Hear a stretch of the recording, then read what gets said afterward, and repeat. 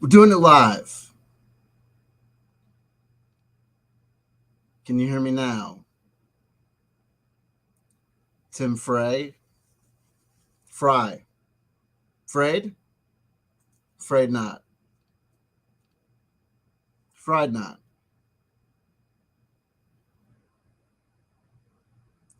Like the tassels on our flag. Giddy up. Listen. Can you hear me? No, honestly, we do want to check. We don't want the synchronicity keys to be out of tune, and if they are out of tune, we want them to at least be audible.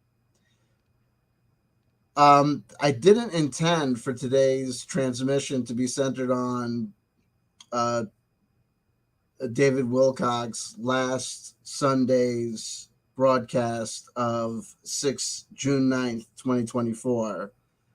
But while I was getting ready to do whatever it was going to be, I said, well, let me just fire up whatever he did. And then I started taking notes. This guy just has been giving out information. We are at I got to get a gym membership and a collection of expensive Calvin Klein, white t-shirts to wear, because we are at the girl stage of David Wilcock coverage. Okay. We are here. You know what I mean? This is not, we got to talk about this. We've got to cover this for the community. We've got Jamaica. Good afternoon. We've got KGB, my man Supreme. More Wilcock always appreciated. That's what she said. We got our first player over on Twitch. I resemble that avatar. Listen.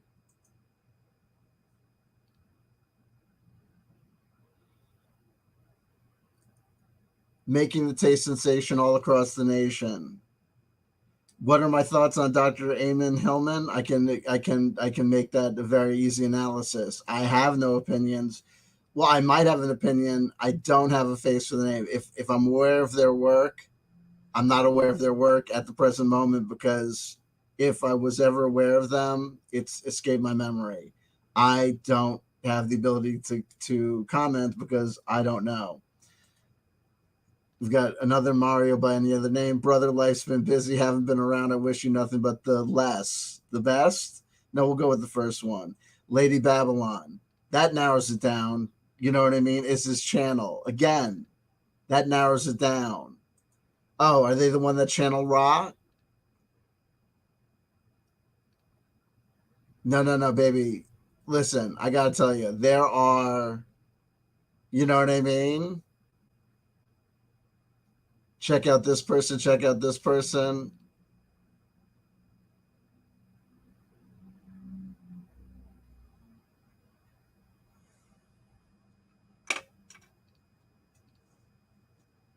The time that I have, I've got 3 channels.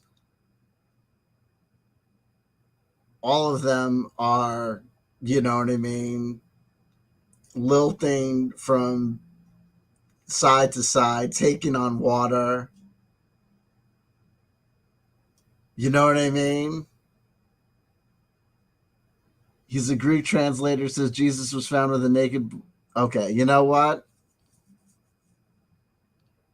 Well, the story checks out. Are we talking about the Jesus? He's a Greek translator, says Jesus was found with a unclothed youth in a public park at 4 a.m. What time? Yeah, what is he? I mean, I gotta tell you something. It sounds fascinating, right? But I gotta tell you something. Here's what I've learned and discovered. I found an individual by the name of J. Essex personally fascinating, right? There are many people that are out here that are absolutely fascinating. We all have our personal cause celebre, right? Those individuals that we would love to have more people to comment on, more people to listen to their music, more people to jam, like, you know what I mean? If more people would play Pathfinder 2, right? It was the night in the Romans arrested. Hey, you know what I mean? I'm not aware of their work. And I got to tell you something, honey, Jamaica, please stick around. Don't take this personal. It sounds fascinating, but I got to tell you something. My dance card is full. Don't take this personal. This happens to me all the time, right? I'm 48 years old. I'm going to be 49, okay? People come up to me all the time. They want to recommend some new author, some new musician, some new artist, some new DJ. Oh, I heard you say that there's no new music around, blah, blah, blah. You got to check out this thing. I said, I'm going to listen to it to see if there's something new, if it's new. But if you're telling me off the bat that they got this really cool bluesy sound, it's kind of a retro, I'm going to tell you right now, hold on. Because if I'm in the mood for a bluesy, this, that, the other thing, I'm going to listen to Creedence. I'm going to listen to some old stuff that I don't have enough time to hear already, right? I'm wearing a Mare's Bow t-shirt, right? Someone tries to turn me on to some hot new noise music. I say, hold on. I've got tapes and tapes and tapes and tapes and tapes that I traded for tapes and tapes and tapes and tapes of noise made by dudes that I hung out with and have memories of, and artists from 90s and 80s. And, you know, like I'm not listening to something new that some kid made on a computer. God bless them. And I'm not saying that they stink or whatever. I'm not saying anything.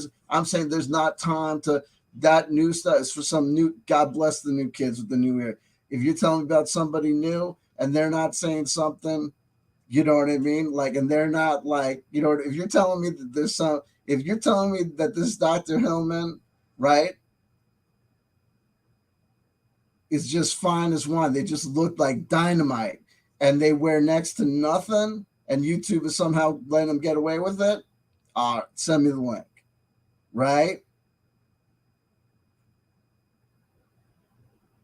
But if it's just another dude saying crazy stuff on the internet, honey, right? Jamaica, I love you. Literally, I love you, right? There's only so many hours in the day, and the people, you know what I mean? The kids scream for ice cream, and the adults scream for Wilcock. No pun intended, right?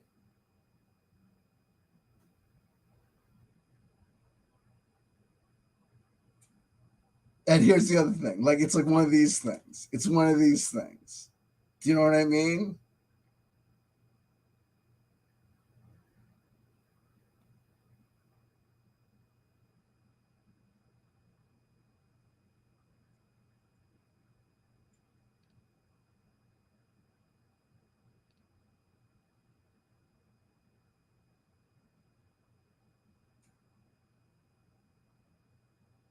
If Dr. Hillman looks like he can kick my ass, I'm not saying jack about it. You know, it's just one of those things. Anyway, it is what it is.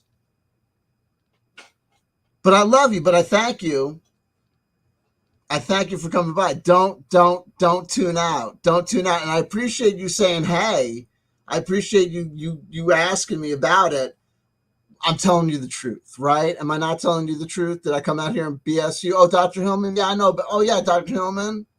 I don't BS, right? If I don't know a name, I say I don't know a name, right? I may like dance around and be like, I don't know if I remember, but you know what I mean? But I appreciate you. It was, hey.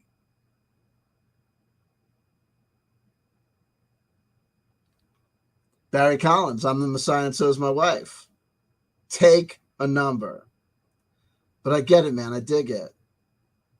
It's like we're all the Messiah. And you're like, no. I'm the Messiah and so is my wife. No, right? I get it. I dig it, man. No. Kyle Walker's like Dr. Eamon Hillman. They know. Now, this is an op. We got an op going on. We got a Hillman op. I love you. Listen. So the day started, Rooster Rubato. Rooster Roboto's here with us as well. Say people hi, people in the live chat.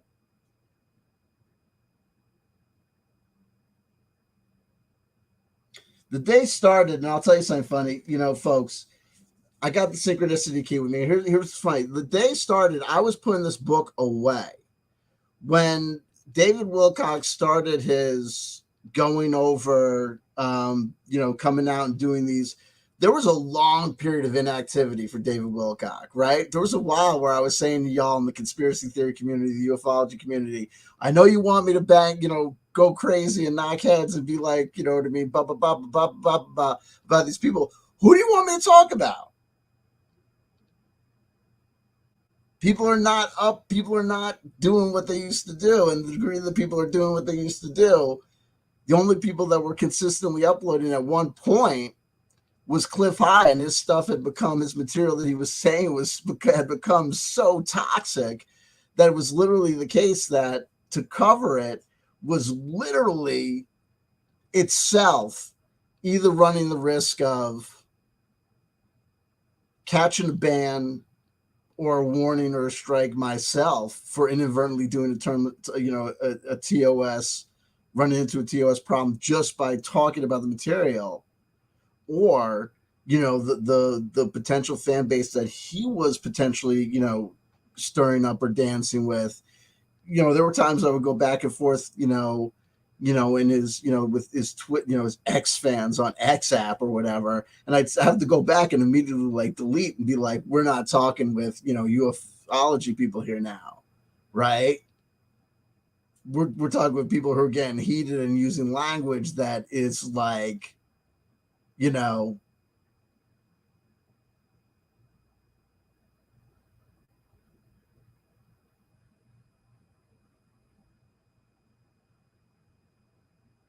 number two, you know, number two addendum to the most sacred document to the U.S. operating system. You know what I mean? We're talking like, you know what I mean? It was like getting like dicey, like maybe we're not gonna, you know what I mean? Let's not play. Let's just disengage. It's getting a little bit too super serial. I'm getting upset. These people might be getting upset. Let's keep it light. But then all of a sudden, around time of some, solar eclipse, Wilcock came back out and was all of a sudden, doing these weekly broadcasts. And I kind of came back into covering him. And for a lot of it, I was doing, look, in the description box below, I'll center you up. You'll see the first link is to a PayPal link where you can give a cash donation if you so desire. I am not monetized by YouTube on any of my channels. Two of my channels, the RPG channel and this channel, are not at the level of play where I'm monetizable, I guess. And the main channel, the original CW Chanter channel where I was monetized, I got demonetized. I got to tell you, like, I'm not trying to be, run the risk of being a e-bagger, but I was trying to remind people, that it's something that I think distinguishes me from, some people that you might see up here and be like, what's this guy acting like he should get paid for doing YouTube content? Remember, I do have, actual attorney's fees as a result of engaging in this YouTube practice. And it's not, from,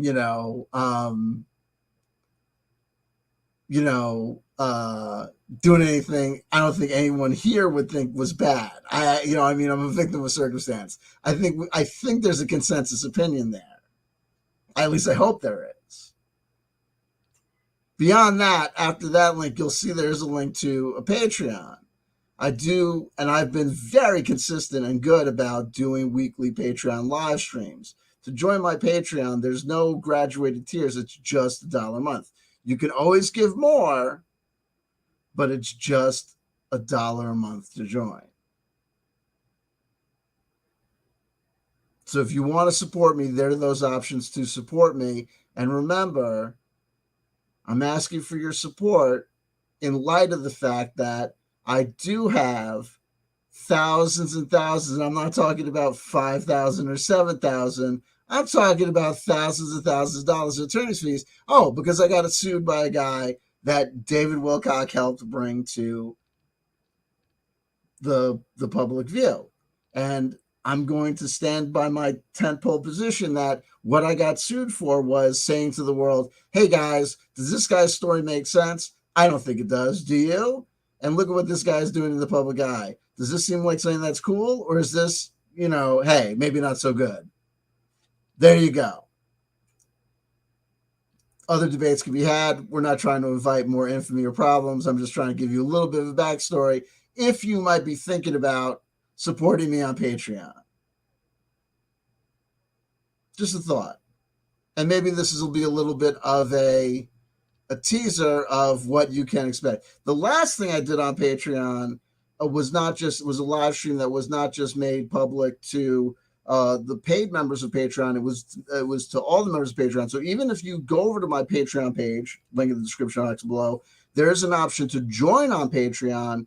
Though you don't have to even join for $1 a month. You can just join on Patreon, and that way you'll be aware if I do anything, like make an announcement or anything, or just show your support. Or also there's the off chance that every once in a while I will we say hello to Catherine. Hello, Catherine. Hey. There will be times when I may again make a live stream over there that is available to the general audience. So there you go. Just letting you know. Anywho, having said all that, when David Wilcock had kicked off his beginning of his kind of live return to the live YouTube milieu by doing these weekly YouTube streams, I had reminded myself about the synchronicity key published in 2013, 11 years ago. I'm very much into these nostalgia loops, and if you're a longtime fan of me, you don't need me to reinvent the wheel and tell you all about the nostalgia loops. And if you don't know about the nostalgia loops, we're not going to go over them now. You just know that I am into the concept of reoccurring cycles in history, 10-year loops, 25-year loop, 30-year loops, things that recur. So in 2023, last year, I had earmarked this book, The Synchronicity Key, from 10 years ago that year to read. Never got around to it, but when he started doing his live streams, returning to live streams, I pulled it out and thought to myself to start reading it.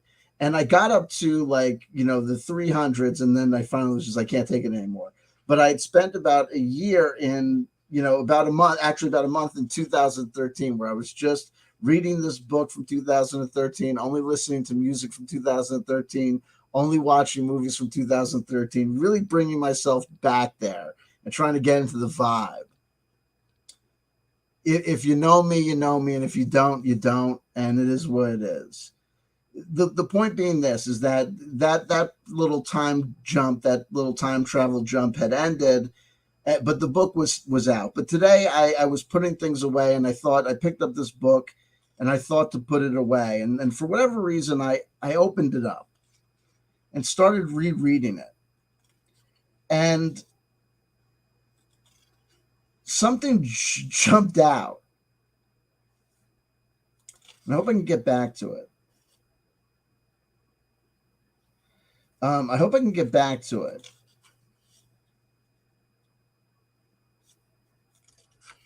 Let me see.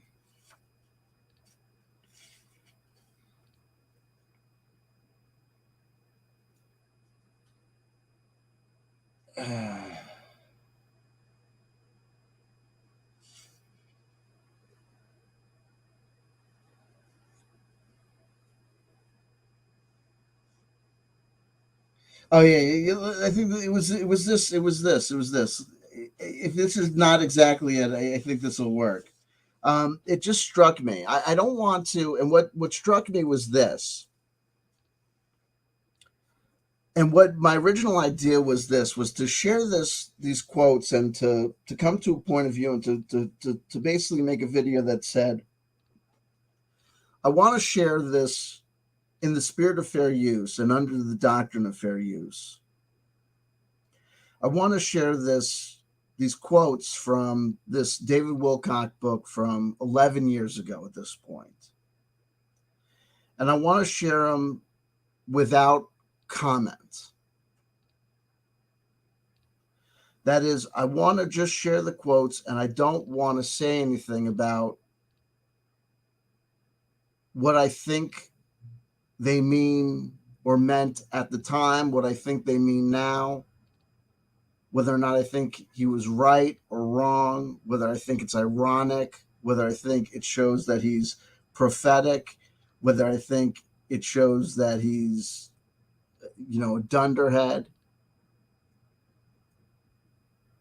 And so that everyone we could then say that if I did it correctly, if I gave the quotes without commentary or any sort of editorialization, that I could then say, okay, then you're then left, the audience would then be left with knowing that whatever analysis you come up with in your head,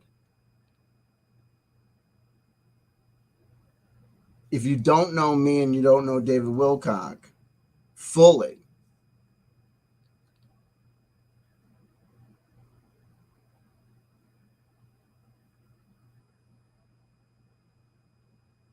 then it's all assumption and presumption.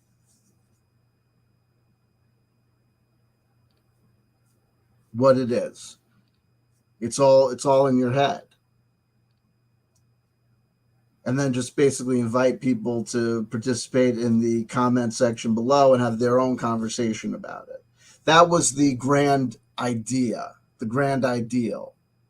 I was even going to do it not as a live stream. I was going to, bite the bullet and figure out how to record the video beforehand, upload it, and do this whole grand fluent thing. Like the best laid plans of mice and men, it's not how things came together. As the day progressed, and I had to do this task and activity, this work related task and activity, this thing on the agenda, this activity that had to be done.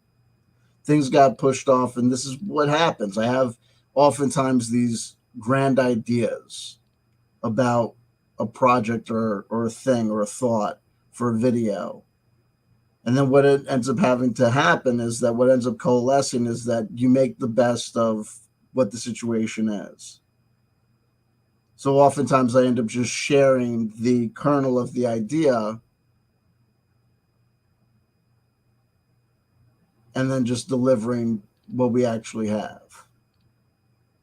So building off that, I'll share these quotes, and then I'll share when I got to actually make the video, before I could make the video, my stomach was grumbling and I had to eat something to pacify my stomach before I made a video that would just be me being hangry and then invariably going off on some sort of crazy tangent and screaming at the world.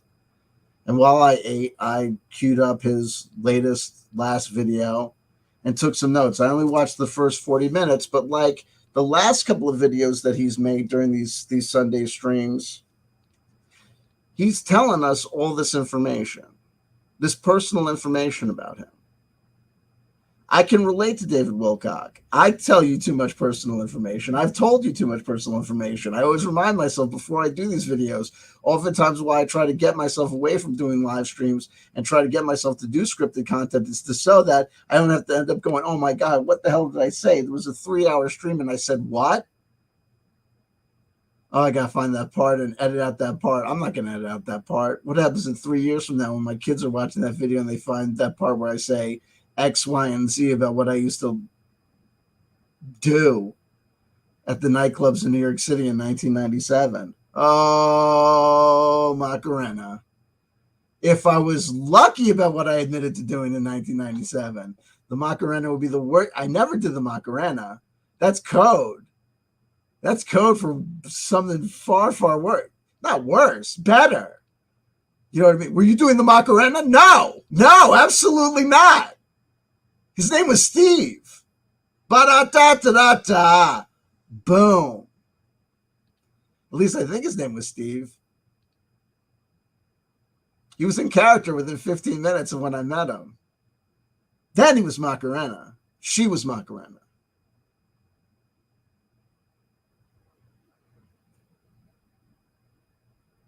Her roommate was Lola. I couldn't get anything up. It's too kitschy. Too kitschy.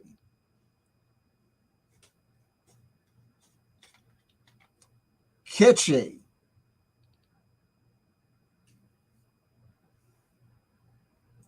I like this. Spank Flaps. Perfect timing. Some academics have debunked Hillman. Are we sure we're not talking about Hellmans?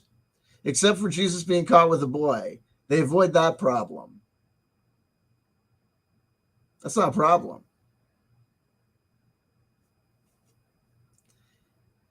And I got to tell you something, folks. The historicity of Jesus himself is technically under question. When the historicity of the individual himself is under question, you can't really get to the brass tacks, no pun intended, of whether or not there was a young man present, let alone his age, right?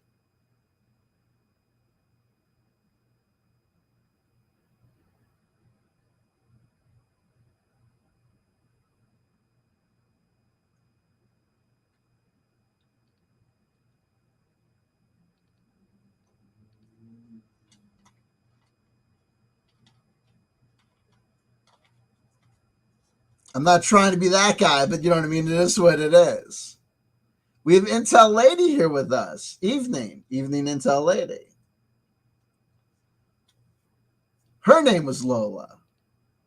She was a showgirl.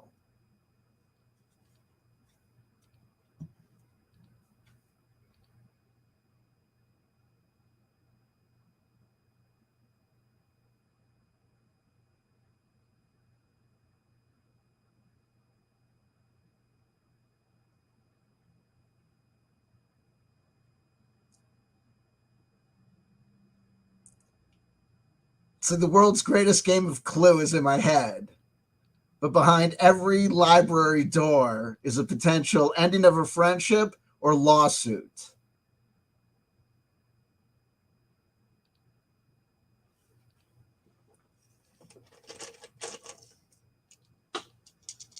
I'm a gambling man. Here we go. But listen, folks. So check this out.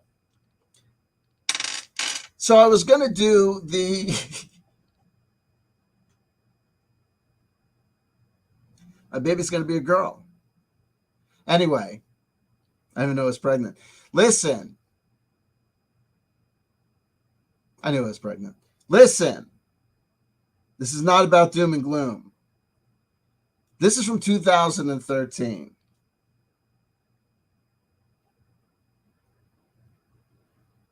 David Wilcock with the guitar in the solarium. And I watched a movie last night from 1963 in which one of the lines that I remember was, "It's brighter than a solarium in here." And then the room caught on fire. Listen, I see you rushing words. Like it is. We'll get there. We'll get there.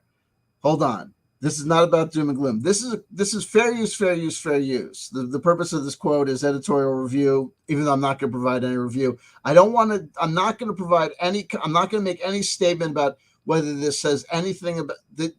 You make up your own mind regarding whether this is ironic, prophetic, what this means, or why I'm presenting it.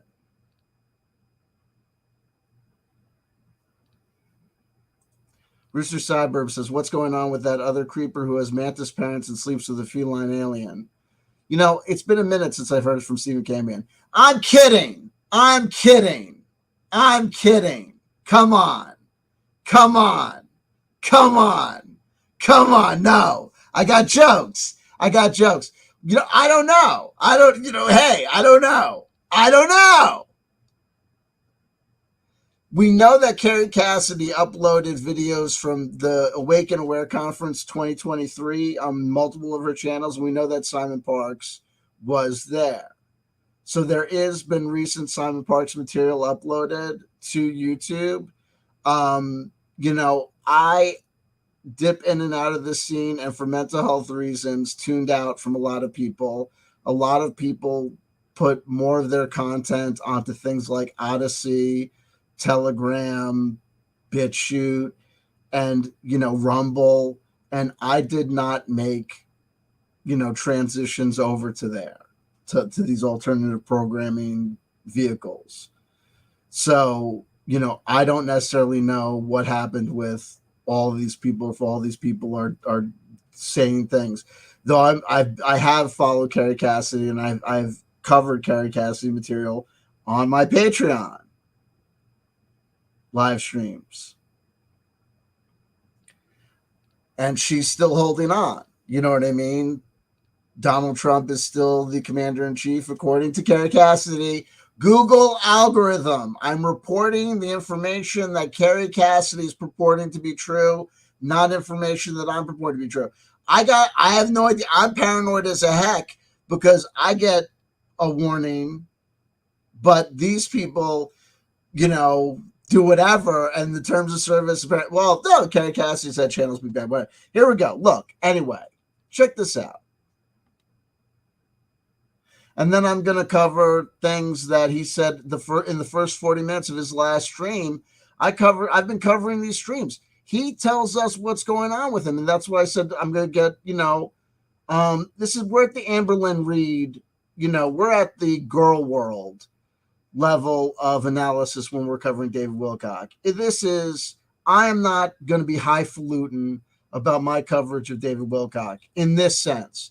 I am not covering David Wilcock to hound David Wilcock, to be mean to David Wilcock. I'm following David Wilcock because he is part of the same community of human beings that y'all are part of. We are all one global, international, internet, global village of crazy, new age weirdos, and we're not, jocks making fun of nerds, right? You know what I mean? We're all at the same concert being like, what's that guy on, right? And we're not doing it. I'm not doing it to make fun. I'm following that guy at the concert being like, that guy's on something. No. He's getting close to the edge. No. He's getting you don't have to tell me that it's not my job or it's not my responsibility to tell you that kid's back on the escalator again. Do you know what I mean? I'm going to comment, and I'm not commenting to make fun, to degrade, to hurt anybody's business. I'm commenting on what he is saying in the public eye. Look, if some individual comes out on an internet and says, I know David Will, this individual, that individual, and here's the deal, and then I start, reporting on that rumor and innuendo, or somebody starts reporting on rumor and innuendo, that's one thing. And I'd have, any individual reporting on rumor and innuendo as a set of moral and ethical questions that they got to answer for themselves and ask themselves. If they just start speculating off rumor and innuendo, you got all sorts of moral and ethical questions that you may or may not have to go through, that you may or may not, depend on your own moral and ethical point of view, you might have to go through. This dude, I'm going to tell you things that he had said himself. But the things that we're talking about, we're no longer at the point where we need to play games about, we're doing this because society as a whole needs to, and the effect of BUAnon and MAGA on American politics and the influence of Russian, social media. Dude, this is Amberlynn Reid. This is King Cobra JFS. This is Darkside Phil. This is, David Wilcock is saying crazy stuff again. He's saying it out loud. He's telling us all of his business. And I'm like, girlfriend, you will not believe the stuff he is saying. This is nuts. On himself. And we're at the point now where we are at the barbershop. We are at the nail salon. We are at the ice cream social. We are at the mall. Okay. We are picking up our kids from school. Okay. We're not holding signs, protesting each other. Hands off my body. We got to take this country back. Or this is about, the ascension. We are like, oh my God. She did what?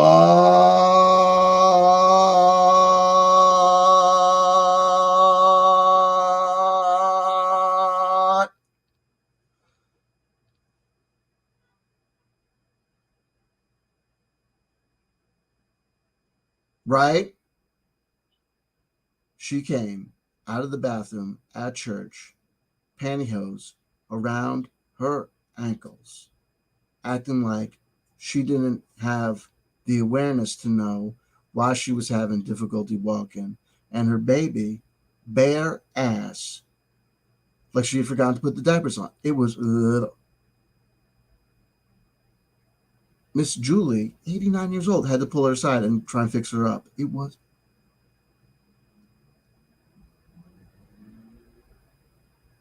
And then we're all supposed to be like, this didn't happen.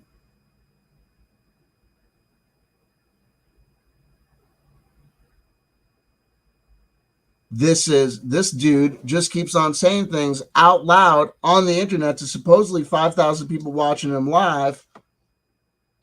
I don't even need to debate. I don't even need to get this. These are bot views. These are not bot views. Let's take him at his word. These are all legitimate views. If these are legitimate views, then David Wilcock needs to understand that if on 2 weeks ago you tell people the following, dude, I wrote this shit down verbatim. This is you. This is David Wilcock.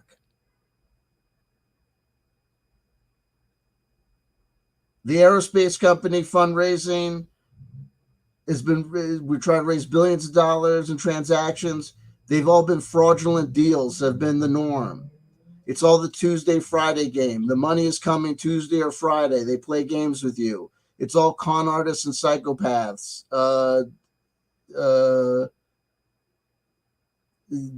My notes are gone crazy. No background. I have my background with a psych major. It helps me analyze this. I've been grippingly, blindly poor for the last 2.5 years. The majority of deals with this airspace company he has have been cons.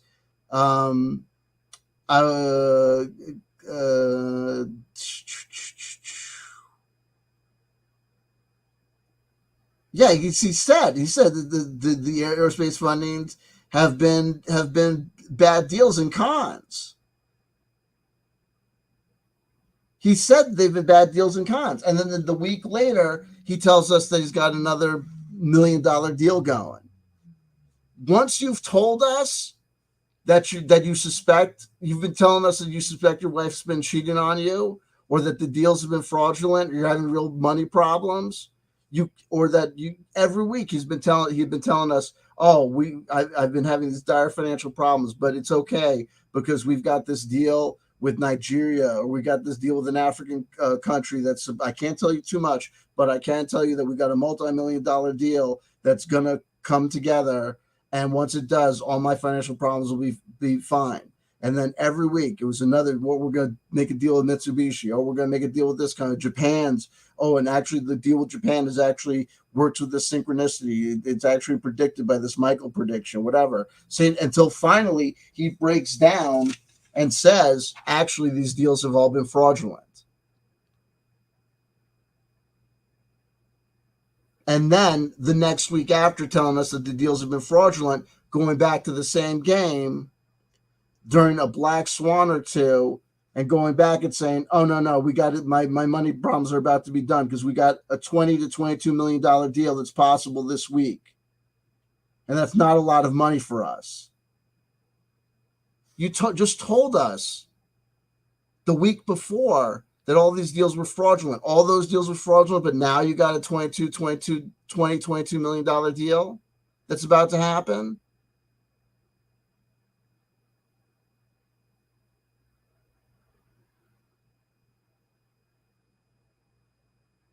And I'm not yelling at you, David. I'm yelling for you. I've been saying it's the same thing that I said to the guy that sued me. I'm not anybody's enemy. This is not going to work out well. And he's going to tell us the first 40 minutes of his thing, when I get to it, I'm going to be as objective as I can. Obviously, I'm failing a little bit to try and, to try and be like, dude, I'm not trying to hector or make fun or mock. I'm trying to wake this dude up. And the people that give him money, it's people can spend their money on whatever they want to spend their money on. But just know that if a guy, look, businesses are businesses. If the business is not making money and it's losing money, then it's got to have a clear road towards making money. And if it doesn't have a clear road towards making money, you can go to your mom, right? And ask her for another floater loan to keep the comic book shop open. That was your lifelong dream for you and your buddy. We're going to open up this comic shop, right? It was your dream. So get another loan and ask for another loan and get another loan and get another loan to keep this comic shop open. If you guys suck at business, you just suck at business, and what you excel at is blowing capital on books that you love and stupid plans and repainting the thing and hiring somebody's girlfriend. Then you can take out all the loans that you want to. All that you're going to end up doing is not only sinking more money into a failing business that's never going to make money, you're going to ruin your mom's or grandma's financial life too.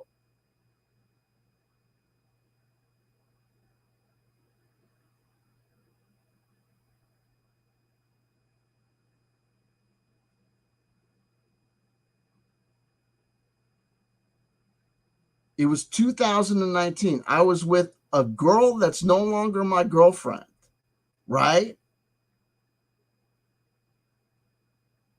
Headed into a divorce that had not yet been served. Now I'm on the back end of it. We're successfully resolved that divorce. I'm cool with my ex-wife. The girl has moved on and married some other dude, right? So people have moved on with that whole shit. We figured out that didn't work and people have moved on to the point of being cool with ex-wives and shit. But you haven't figured out that the hover cars that were supposed to be hover cars in 2019, then you bought would you buy, an airport hangar? It's been how long has it been? Like 5 years? If the company hasn't built anything, if you don't have a working mind, if you've not done anything except printed up a 3D printer, then all your company has done is blown money on a hanger and then blown some more money on a 3D printer, dude. And I know about blowing money on business. Dude, I've learned my lessons. You know what I mean? People ring me up all the time. Hey, man, I got a great thing. And I'm like, nope. They're like, no, you're saying it'll change your business. I'm like, nah. They're like, it'll be a great idea. I'm like, no, it won't. Honestly, I don't buy new you know what I mean? I buy I buy like stupid shit. I buy like, you know what I mean, new shit, but I don't buy like, people are like, do this, do that, internet this, buy paperless this. I'm like, no, it's a great way to lose money. I don't do anything new, anything. I don't learn any new tricks. I don't do anything. You know what I mean? Don't do it. And if things something start losing money, get rid of it. You downsize and blah blah blah, and you can end businesses. You can end businesses. You sell that shit. You know what I mean. And you know what I mean. You might need to. The person that might be ripping you off might be your business partner. Might not be other people. I don't know. But it is what it is. Anyway, listen to this. Check this out. This is 11 years ago. This is David Wilcock writing in the Synchronicity Key 11 years ago. Check this out. When we refuse to look at our problems, they only get worse.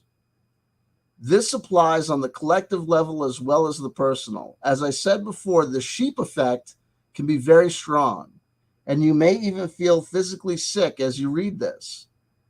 I do believe that in the fullness of time, everyone will know that Nazi Germany was only one visible form of a much larger cabal, which was far more pervasive than we thought. However, when the denial finally breaks, we often rush to the opposite extreme. Almost everyone who writes about these conspiracy theories on the internet has a fatalistic doom and gloom attitude about it. They see the cabal as random, violent, and unpredictable, and believe it may well achieve total victory. Until now, hardly anyone was aware that the timeline of the United States synchronized with the timeline of the Roman Empire in the Age of Aries after an aggressive expansion of power in 1896, which set the stage for the creation of the Federal Reserve in 1913.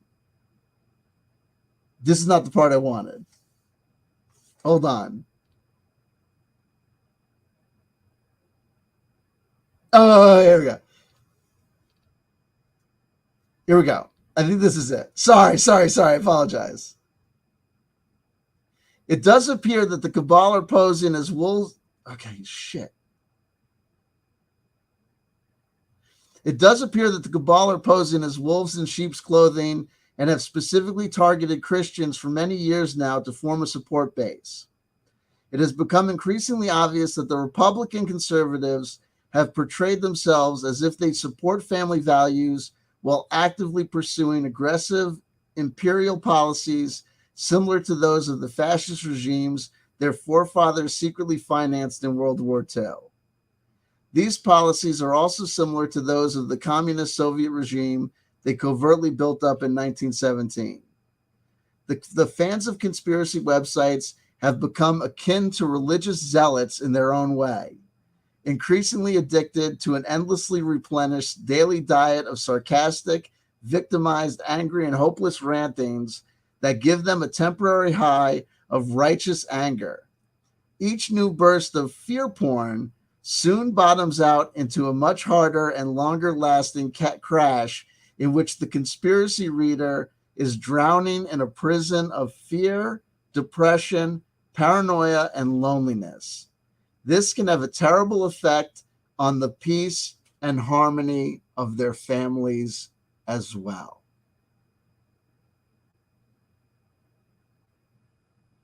Once you've read enough of the snarling, attacking propaganda that insists they're all in on it and have reasoned that at least some of it must be true, it can be very difficult to change your mind and accept that heroes can appear within any government, military, or corporation. Hate can be a very comfortable, even addictive place to stay.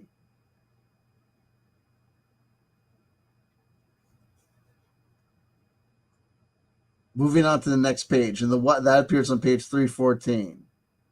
Moving on to the next page, 315. In the wild west of alternative media, of internet media, facts and journalistic integrity are often thrown right out the window.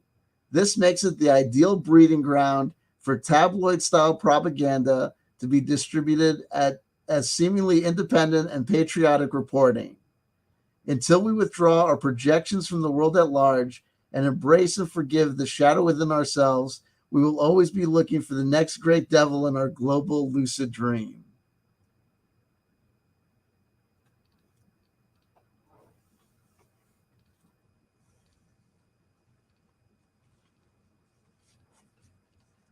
So in 2013, he wrote that. And like I said, I don't want to tell you how I feel about it, what I think it means, or what I think the irony of it is, or the metaphor, or the prophetic nature of it is.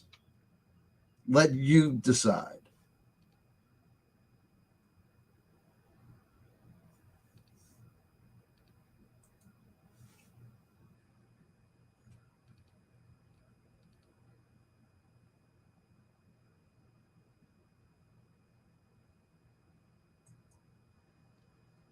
Now, let me just tell you what the latest update. If you didn't have time to watch the first four, now look, his live streams on the Sunday programs have been 3 hours long. I've watched a lot of them, if not all of them. I didn't watch this last one to completion. I've only watched the first 40 minutes prior to this broadcast. I've only taken 11 lines of notes, and those lines are all just factual statements, factual assertions that he's basically said. I think, that's how I'm characterizing them as I recall them, and I'll go through them. If their opinion.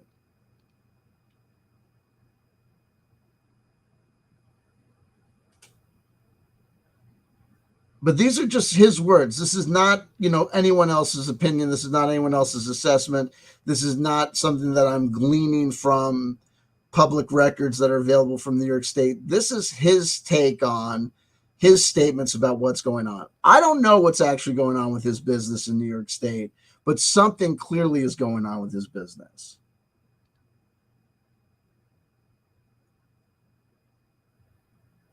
This is a guy who's letting us all know, right?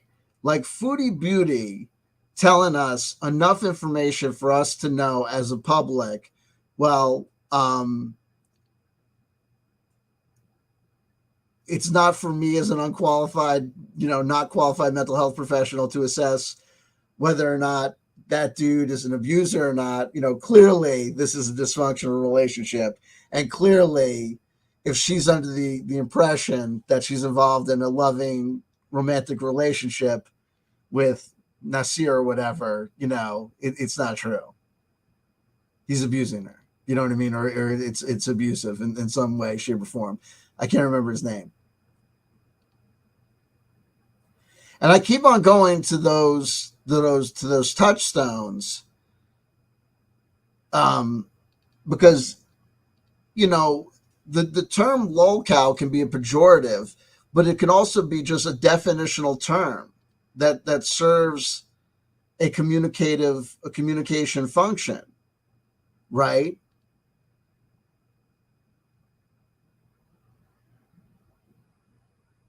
Whether or not the fans of David Wilcock who are giving him $20, $50, whatever in the live stream, if they think that he's guiding them or giving them information, there's no discernible intel that's being given by David.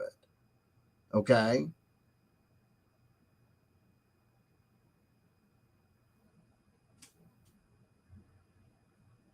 The Pete Peterson information is not accurate. It's not factually accurate information about the United States government, how it operates. There is no 30 levels of top secret, 32 levels of top secret above the president. And if there were, Pete Peterson never served in those functions. It's just not true.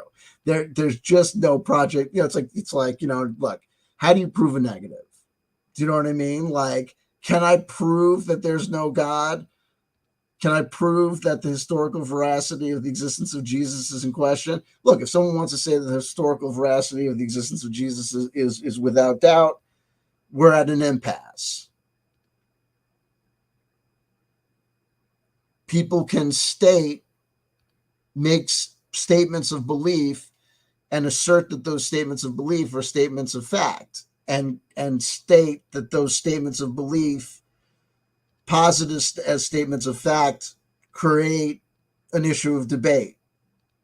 And the other individual can point out that that's a statement of belief and doesn't create an issue of debate. And if they're just them in a room, you're at an impasse. What are you going to do other than, start, a fist fight? It's just, you'll drive yourself crazy.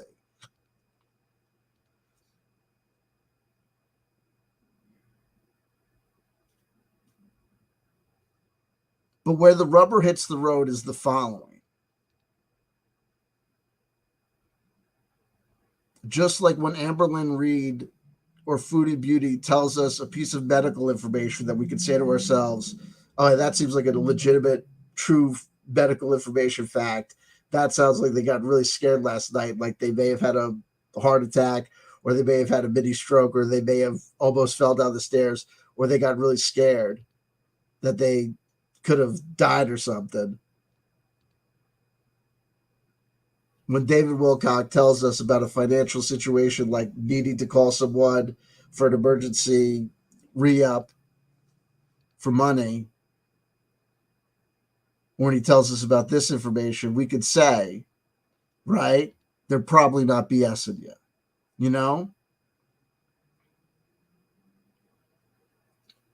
If the dude is at the party and he comes back, he's like, yo, man, I just came back from Vegas. Yo, man, it was crazy.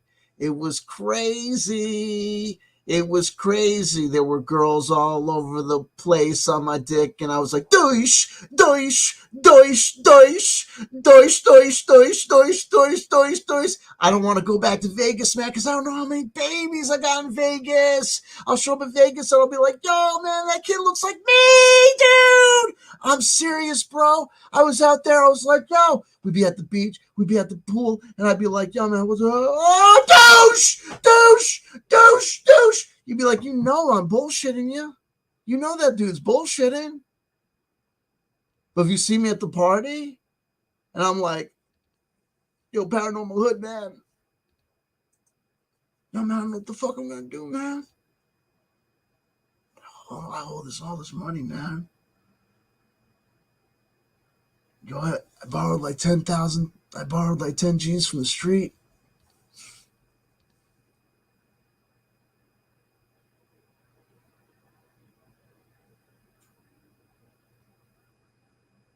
I don't know, dude.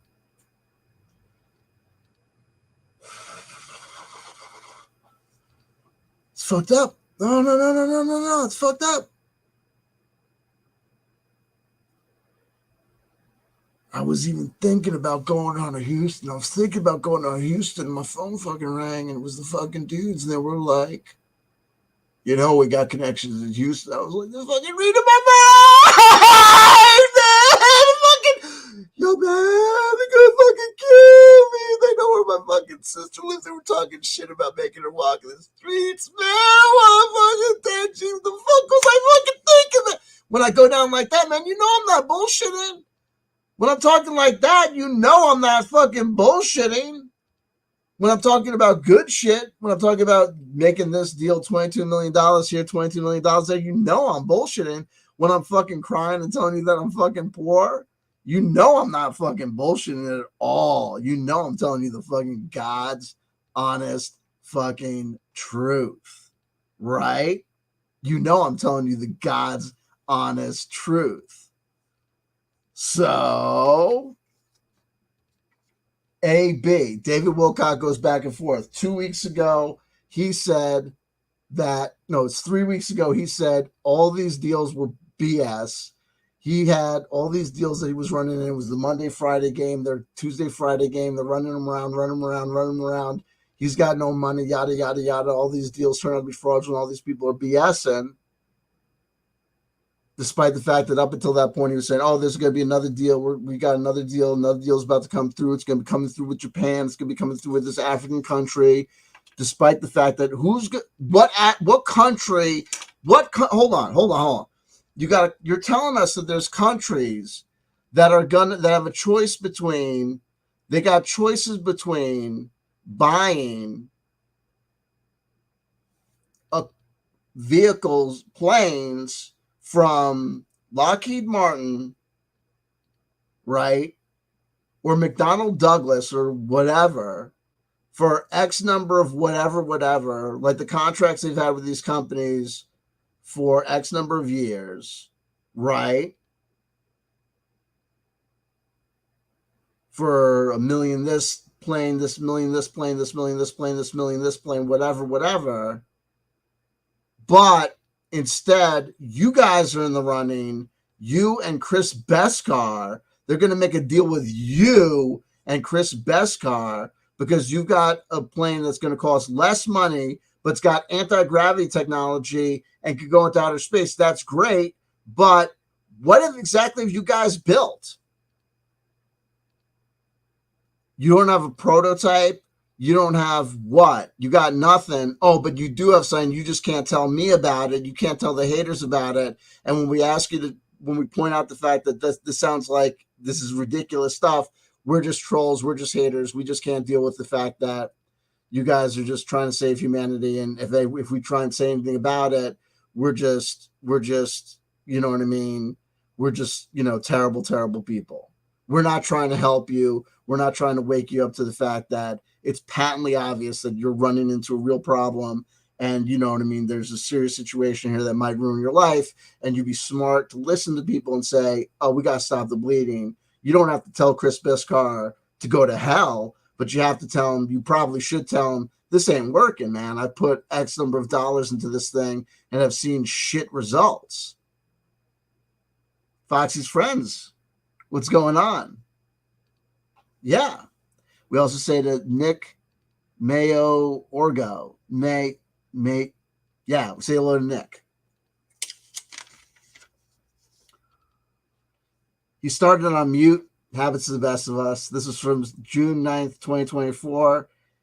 He says New York State is a military police state. Apparently, this is probably because, Trump got convicted on charges. He says the same thing that's happening to him, to David Wilcock, is the same thing that's happening to Alex Jones, Steve Bannon. Okay, well, it's not, because what's happening to Alex Jones, what's happening to Steve Bannon, what's happening to Donald Trump are three distinct legal consequences of three distinct legal cases that are the result of their shenanigans. And whatever you think about those three individual cases, those are three individual cases involving three individual people that are completely different fact patterns that have nothing to do with what David Wilcock is not really telling us about what's happening with the situation. And the near as I can tell from the information that David is telling us about the situation is this. It really sounds like that big hangar that they apparently bought in New York State is getting foreclosed on. Right? That's what it kind of sounds like. Jonas Sight says, remember David Wilcock said that Beskar Arbor with Star Wars was named after him because you know reasons. Yeah, Chris Beskar, the Beskar Arbor was named after Chris Beskar. We can look that up because the Mandalorians, the Beskar Arbor, I think goes back probably a while. And of course, he's also the one that says that Star Wars is a documentary, and on one of the craters of the moon, there's literally like millions of C-3PO style robots. Also, Star Trek is a documentary. He predicted Star Trek. Well, then he walked that back and said he only predicted Star Trek The Next Generation. I don't know how you only predict Star Trek The Next Generation, considering that Star Trek The Next Generation was basically just a continuation of Star Trek. But it is what it is. And like I said, it is what it is. And of course, what's happened to Alex Jones, what happened to Steve Bannon, and what's happened to Donald Trump are the result. Look, I have my own opinions, but I'll keep those opinions.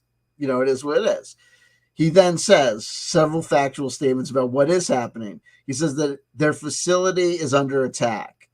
And apparently he then first says that they said they were problems with their flag. Apparently they were flying a United States flag at the facility that was tattered.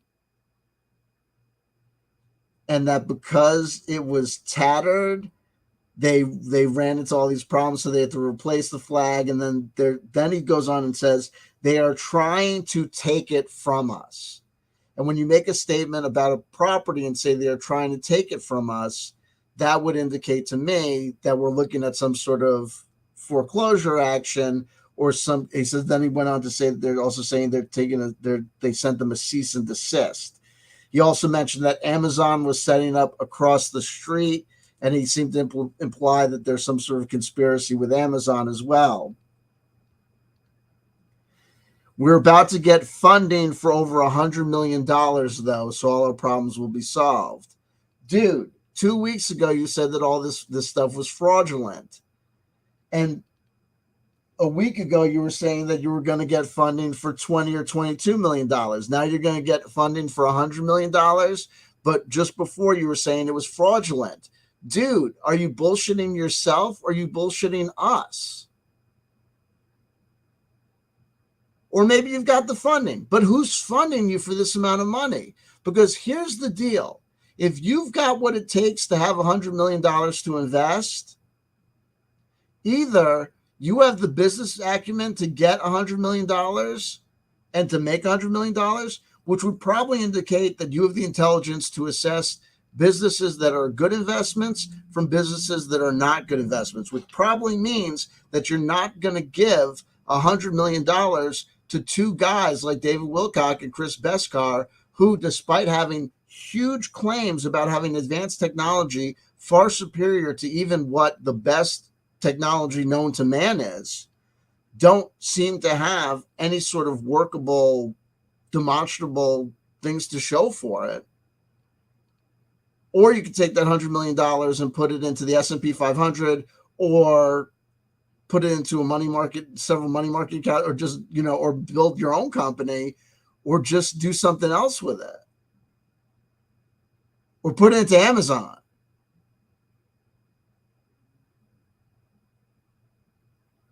Or, by the way, I got to tell you something, folks. If someone has $100 million to invest, you and I might have heard of them. Anyway.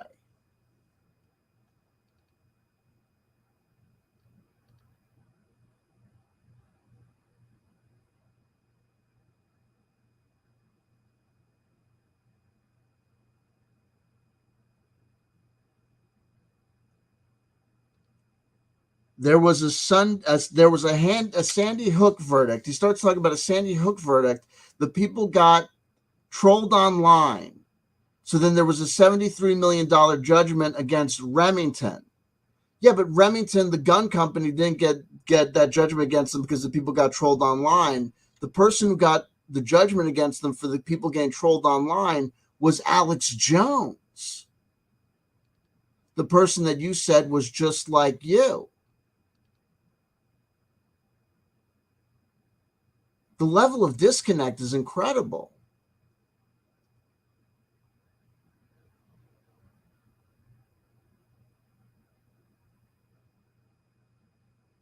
It really is incredible. And he keeps on going back and forth to this, talking about this Remington judgment, which is just kind of surreal. He talks about Remington, I think, basically making the case that this Remington company was made bankrupt and then had to be bought by an investor. But then because there was this judgment against them, all these people lost their jobs. And that therefore, it's like what's happening to him, because when his company goes down because of these things that are happening to his company, that people are going to lose their jobs as well. What employees do you have in New York State? It's like that scene in Office Space. What exactly is it that you would say that you do here? What is it that Savrati Aerospace does?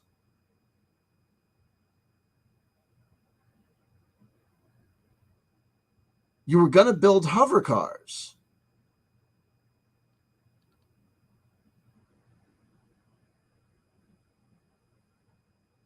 Then he goes back to talking about himself and his company. We are under a 7-prong attack. They've unleashed lawyers. They've unleashed cease and desist letters. They think they own it and they can just take it back. They think they own it and they could just take it back. Is that a bank? Is that a mortgage company? Did you fail to make a payment? I wrote in my notes, foreclosure, question mark. I don't know. Does Amazon want or build our building? That's another thing. Did they bribe someone? That's his speculation. That's a speculation that he makes. And then he states, I've been bailing out this building for years with the money you have been giving me. They also say that there are code violations.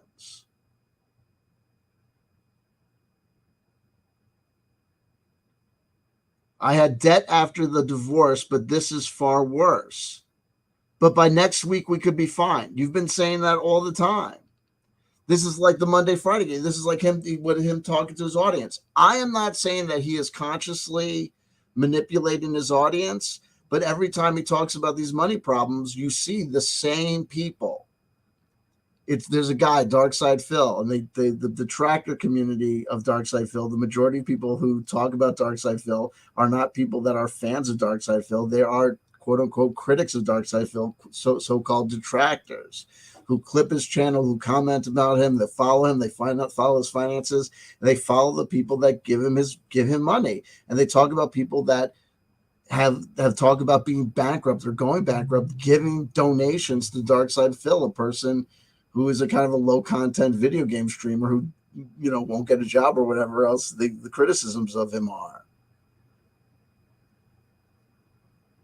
And so David Wilcock says he's been, it's like borrowing from Peter to pay Paul.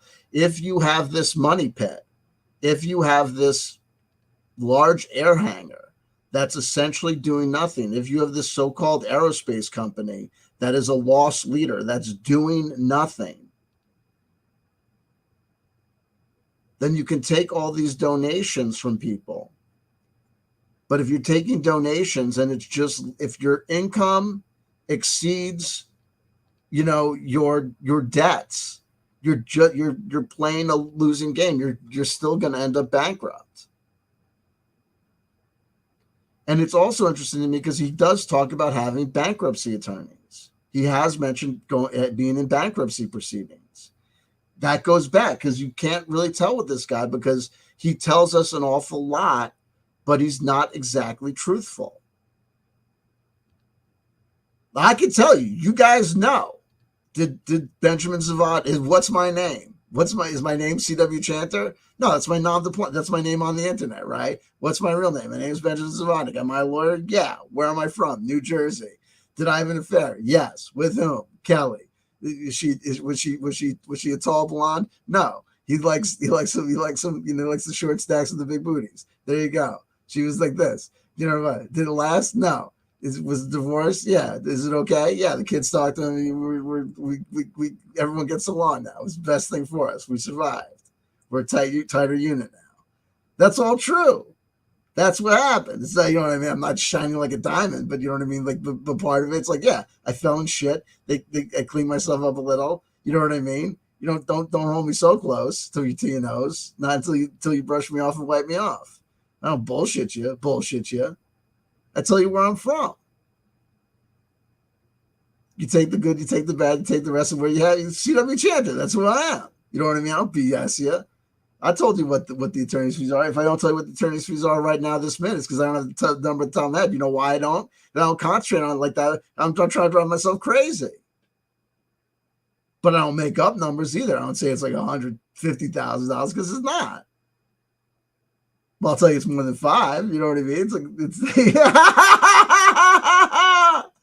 If there are misunderstandings, I apologize, Tim Frey. All I know is that you're from England. Here we go. Amy Collins saying hello. Greetings. There you go.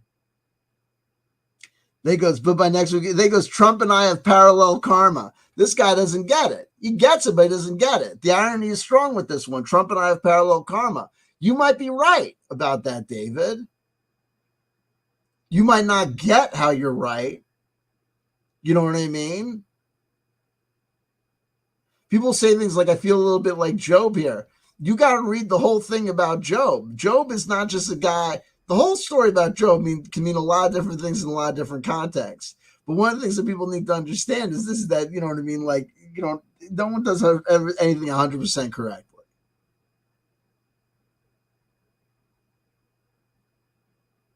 But this is just, it is what it is.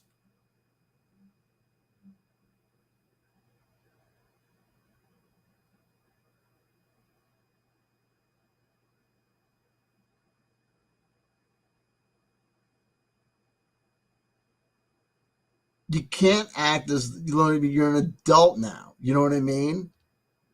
If things are going wrong, you got to figure out how to make them go right. And it can't just be that the one side is terrible and the other side is good. And you can't be in total absolute denial. I mean, forget about the politics things. Forget about his take on Trump. What about your take on life? If you can't figure out at this point, it's like the old saying, a fool and his money are soon parted. You know what I mean?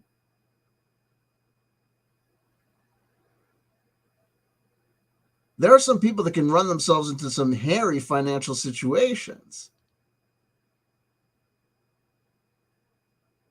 There's this guy, I don't know his name off the top of my head, but there's a guy I can only watch, like, I'll get into like watching one or two of his YouTube videos. And what he does, he's like a financial like analyst. He's like, not like, I guess he's basically like a financial intervention guy. And he'll sit down with people and like go over their like their like whatever they call like their books, like their records or like their finances, and talk about like what's going on, or like, you know, how quickly they're going to go bankrupt, or like what the problems are, like their credit card debt and all this like stuff, like what they're doing. And you realize like what people are doing, you know, and like what people can do, or like the level of denial, like, you know, people can have about finances and stuff. And it's, and just like the way that, but it gets depressed. It gets so depressing. You know, it's like that show they used to have on A&E or whatever, intervention, where people like, you know, drive themselves like, you know, like addiction, like alcohol and drugs, and like it's fascinating. But after a while, like you can't watch more than one or two episodes because it just breaks your heart.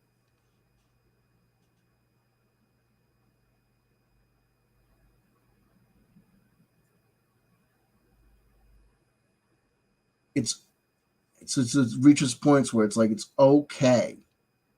I get it that you might love a guy that I despise,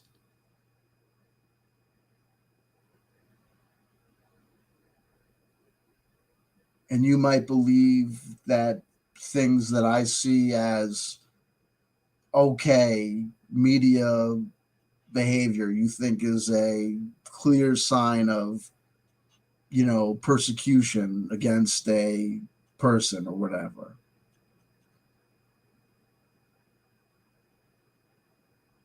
But then you reach a point where, you know, it's just denial.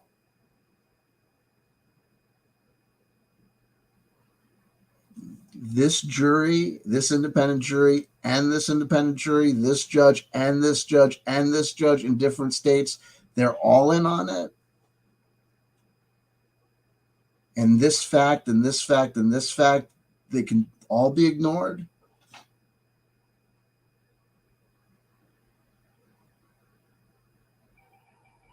And like I said, you know, if the politics things gets too hairy because people have their own views on politics and it just becomes all thing, it's just your life, David.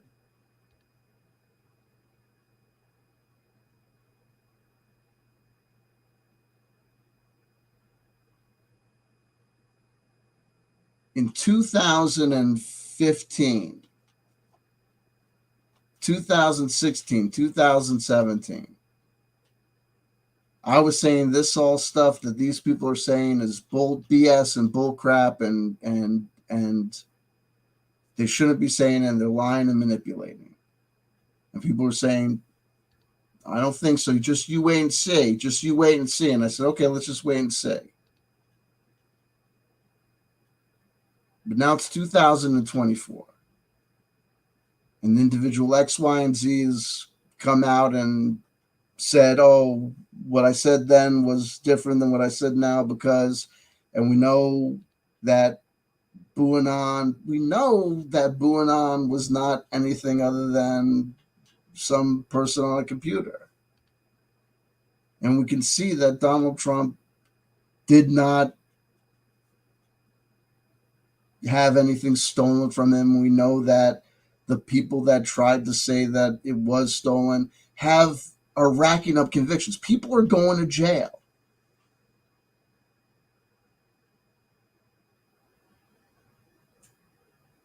And the people that are left holding on to these stories, the stories are no longer even, it's holograms and it's clones and it's waiting for the aliens to show up. Or that this man is somehow Jesus.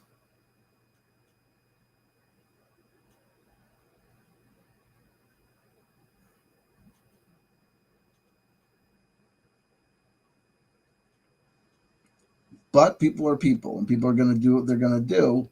But everybody has got to be,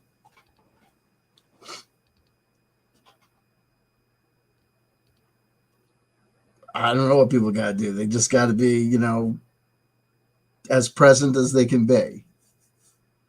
And you got to keep your love light shining, and you got to try and be positive vibration. You got to try and be the best you that you can be, and you got to be trying keep yourself in check.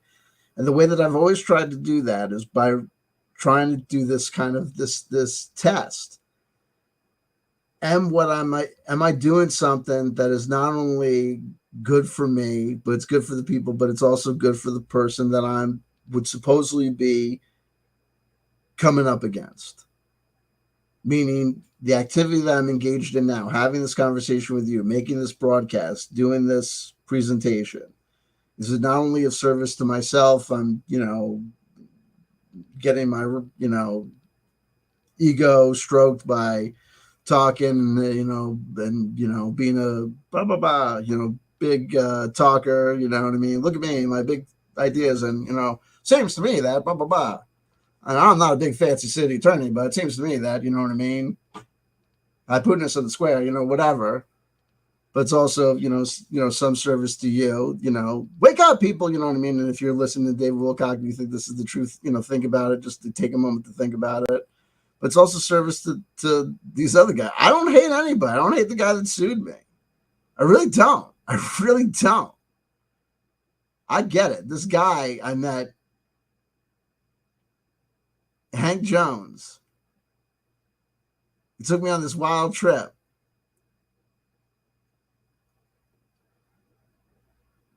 With no drugs.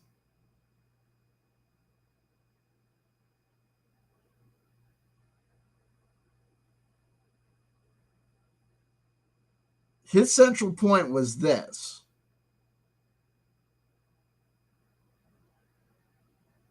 We're all connected, even in, you know what I mean? Even just in we're all, human, Homo sapiens sapiens, we're all part of, like, on the most bare bones level.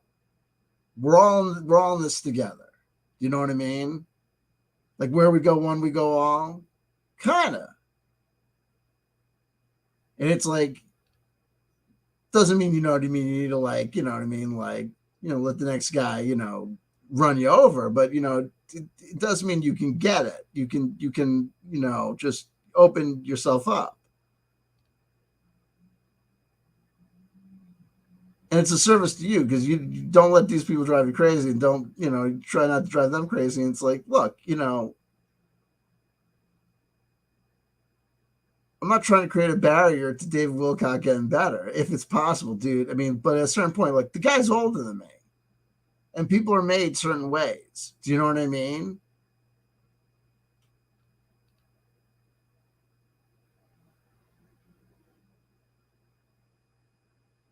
Right? We get to know people in our lives. We get to know people in our worlds. We get to know people with different capabilities and different,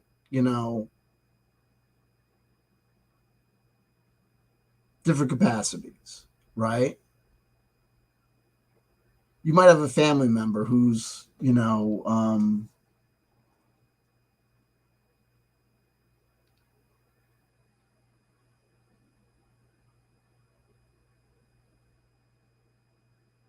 severely emotionally or mentally handicapped, right?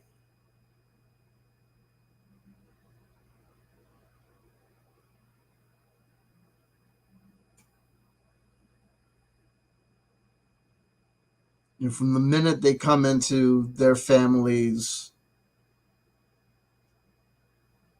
life through birth or through adoption,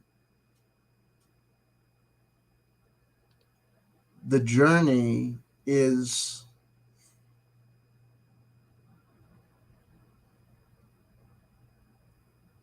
it's not going to be, my boy, he's gonna grab a football, he's gonna get that touchdown pass, we're gonna share a hot dog at Yankee Stadium, he's gonna chase the girl, he's gonna pop, I met the woman, love of my life, and he's gonna get laid, he's gonna go to the shows, he's gonna kick some ass, he's gonna take some names, it's gonna be good times, it's gonna be bad times, it's gonna be a man. No, there's some people who what they're gonna get and what they're gonna give may be so very different than that vision. that the family members and the loved ones around them are going to have to search and work. It's going to be a journey to find the vision.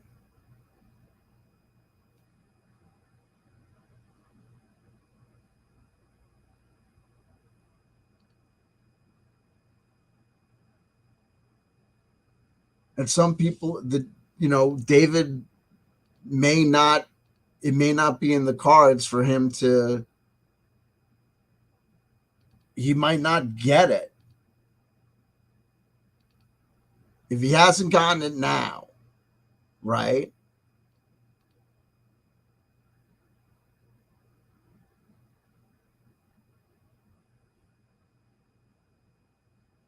What will it take? Also, I forget the guy's name is a neurologist. I don't know if it's the correct term to use for this individual is neurologist or neuroscientist. Robert Shaplansky. But he's one of these guys who's like, there's no free will. He's like, you are who you are, and you're the result of, chemical interactions in the brain, and it's this and the other thing. Like the person with, extremely, limited poor impulse control is the result of this or that, issue with the brain. Why are we going to put this person in chains? Why are we going to, beat them or torture them in criminal justice systems? It makes absolutely no sense. We can think of, quarantine modalities, we can think of medication modalities, but to execute them or to penalize them is just barbaric because they have no choice. Grow up, be honest about it. They have no choice. No one chooses to be this type of person. No one chooses to be this type of person. You are who you are. And we could prove it. You know what I mean? Like, it is what it is. And I don't know what the answer is. I'm not a neuroscientist. I can't evaluate, but it may be the case of, look, we've all met, using dumb terms, we've all met stupid people, right?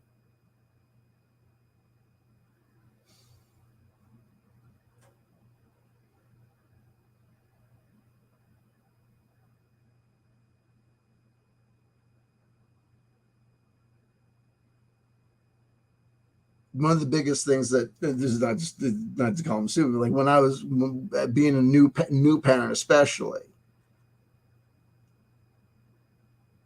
I was at one point, when my kids first started talking and communicating, I had this genius idea. What I thought was a genius idea is I'm going to talk to them like they're adults.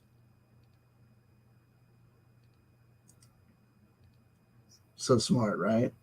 I'm going to talk to them like they're adults. I'm not going to patronize them. I'm going to talk to them like they're adults.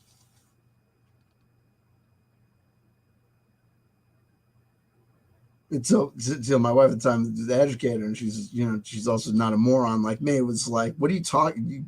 They can't understand you.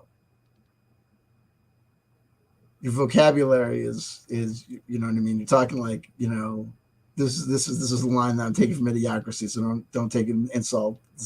I'm half a fag anyway. You talk like a fag, and you know what I mean. They don't understand your vocabulary, and you're not making any sense. You're talking around in circles. And 90% of what you say is word salad, and they're three.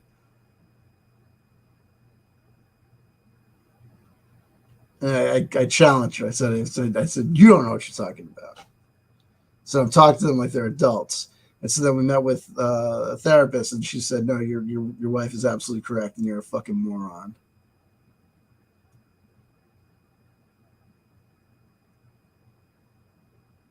I said, "Shut up, Mom."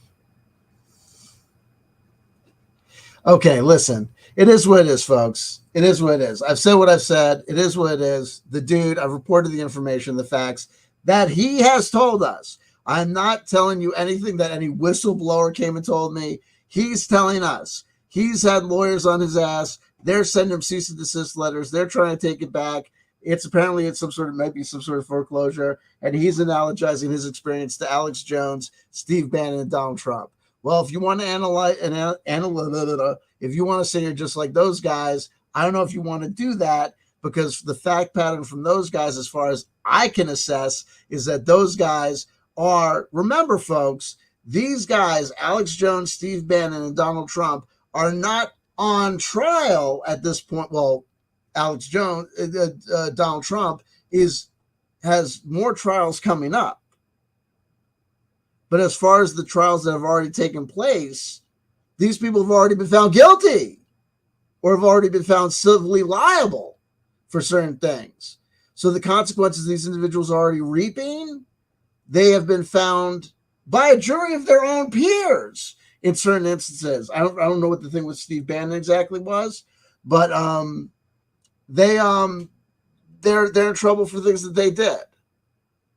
And they, you know what I mean? The legal system of jurisprudence of the United States of America has found them culpable for those things. So if you're analogizing yourself to them, you know what I mean? If you're saying it was an unjust system, okay. I mean, I think there's unjust things that take place, like, people going to, jail for, years and years and years over a joint. Are you talking about that, David Wilcock? Or you're analogizing yourself to the people that go to, it is what I'm not going to repeat myself. Let me go over the live chat, repeat myself. Let me go over to the live chat, see if there's anything I missed, and then we'll do the tarot card for the day, and then we'll be out of here. 69. Did she taste like cherry cola? Says adorable snowflake, going back to Lola. Like you have to ask.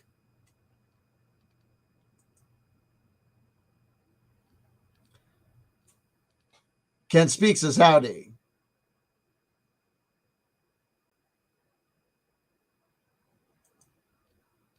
Seeing that all his predictions don't come true, was wondering. All his predictions did come true. What are you, a hater?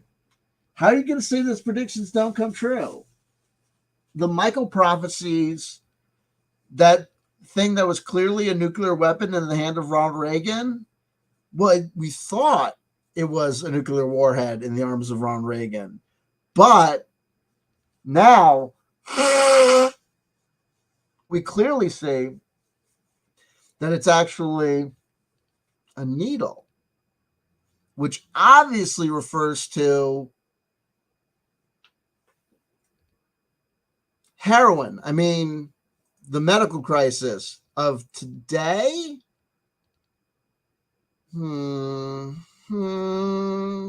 Again, like these people are kind of living in the past. They're trying to look. And meanwhile, Donald Trump got in trouble with his audience because Donald Trump took the vaccination and spoke positively about the vaccination at a recent rally, which got him booed.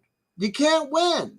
Oh, and by the way, that Pete Peterson interview that David Wilcock did with Kerry Cassidy and Bill Ryan, that Kerry Cassidy recently re-uploaded to her channel, guess what? At the tail end of it, Pete Peterson says, in regards to somebody's question to him, I don't know which of the three, David, Kerry, or Bill, they ask him about a question about rumors about a weaponization of a virus. And Pete Peterson's advice to them is, if I'm lying, I'm dying, is to pay attention to the CDC website and to wear a mask. If I'm lying, I'm dying. Pete Peterson said, pay attention to the CDC, pay attention to the CDC website, and pay attention to their advice, and wear a mask. Don't believe me? Watch the Pete Peterson interview yourself, and you can check it out yourself.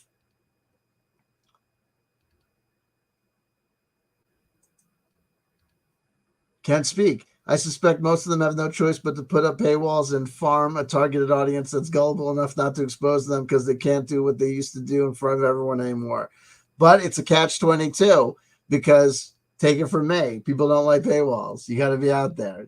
if you're not, super chats seem to be the only way to really win the game, because people like to give. Dirty little secret time. People like to give, and we're talking about you, the audience. I hate to do this to you folks, but when we say crappy things about human beings, look, I'm a human being too, right? So this applies to me when I'm not here, and I spend the majority of my life not here, there with you guys, right? People like to give to YouTube content creators on Super Chat, and they like to give to people that blazon their names on products like my Patreon supporters, and here's your name in the book and whatever. People don't like to give to people like me on Patreon, where it's just the live chat is 5 people in the live chat with just a smaller selective audience. They don't like to do that. And there have been psychological studies on it, folks. People like to give super chats because everyone can see that you're donating. You show your name, and you get shouted out, and people see, blah, blah, blah, you get your name called out. It is what it is. Oh, but not you, because you're not a lemming. You're not a person like you're not an evolved ape like everybody else. You're above all that, right? You're not a joiner. Of course, I'm not speaking about you, right? You're not a joiner. You're a rugged individualist, right? Right?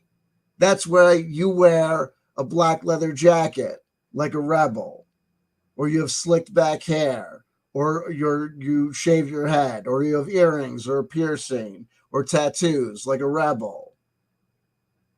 You know what I mean? You're not a lemming. You know what I mean? You're just a rugged individual by yourself. It drives me batty. So please support me on Patreon. Could you do me a favor? I've got thousands and thousands of dollars in attorney's fees. It's ridiculous. Okay? We've got Juicy J, Sizzle Mind. Absolutely. Make it a hashtag Sizzle Mind. Let's make it happen. An African prince will give him money if he sends him a deposit. Rooster, I swear to Black Lady Jesus that several weeks ago, we did have an instance where David Wilcock was talking about getting them selling planes to an African nation. And I swear to God, the pitch was nearly indistinguishable from I got an email from an African prince. It was nearly indistinguishable. David has become what he warned us against. Look, there's some of this that people have said. We've talked about this ad nauseum. He is a member of the community. He is a member of his own community. This may be like an Ouroboros. This might be coming full circle. A fool and his money is soon parted. He had promises. He had dreams to sell. People gave him money for those dreams for sale. It seems as though someone sold him dreams, right? It's one thing when he came out, and I cannot tell you, in Contact in the Desert, when he came out and started talking about hover cars, me and Kelly and Walter Bosley and BB looked at each other and we were like, hover cars like the Jetsons? We couldn't believe it. The audience couldn't believe it. We were like, what? Hover cars?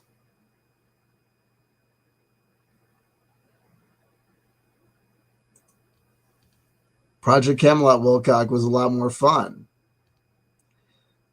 When people look, remember when it started, the heavy hitters started prior to 2012.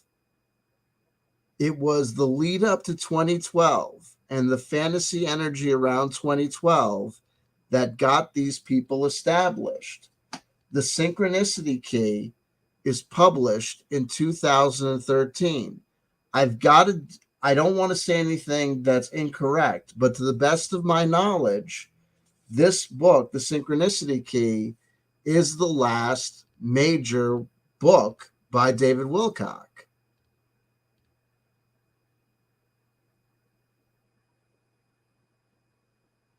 It's after 2012 when nothing happens that everything looking for something, that the people that became kind of super famous and had become established in this kind of internet rhizomatic interconnected network, international internet network, that had started off with, on September 11th and then got, positively charged through, 2012, was then still looking for something's going to happen, something's going to happen. I think that had direct causation and direct correlation, moving into, Trump and the QAnon thing.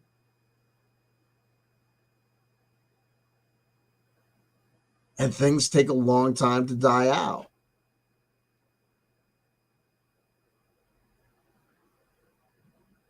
And when they do die out, to the degree that they do, nothing ever really goes away, I don't think. So maybe things don't really go away. So the embers then turn into the little tiny flames. I don't know. But it seems like, some things might not last. Oh, I don't know. We'll see. We'll see what happens.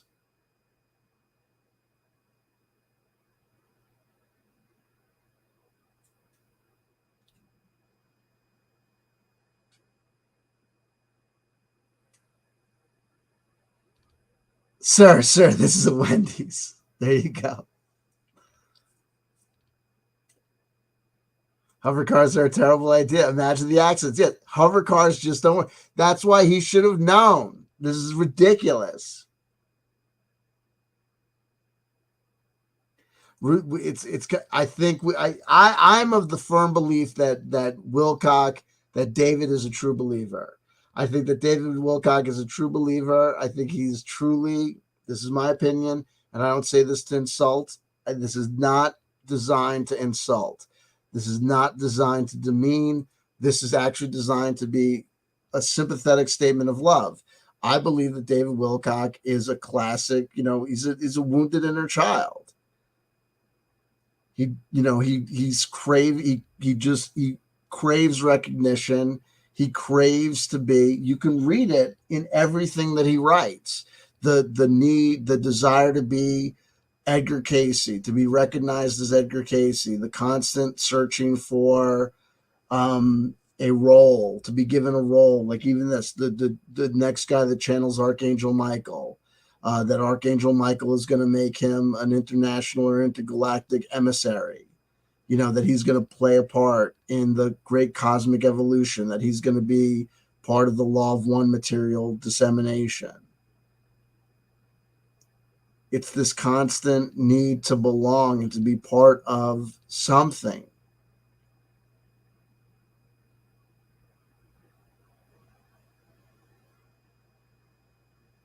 It's just the strongest motif.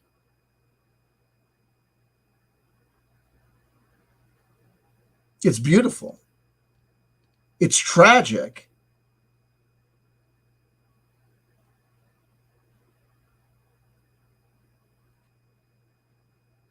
It's absolutely tragic. It's a heartbreak.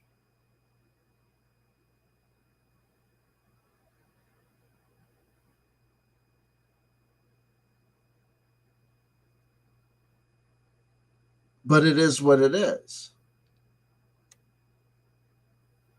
And you get taken for a ride.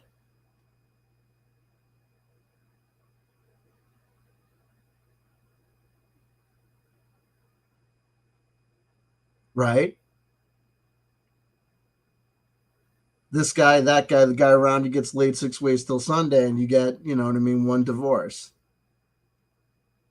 that puts you in debt, and and no one is telling you that where you can't accept the fact that this other guy's taking. I mean, you know what I mean? It's just incredible. This guy is just, it's incredible.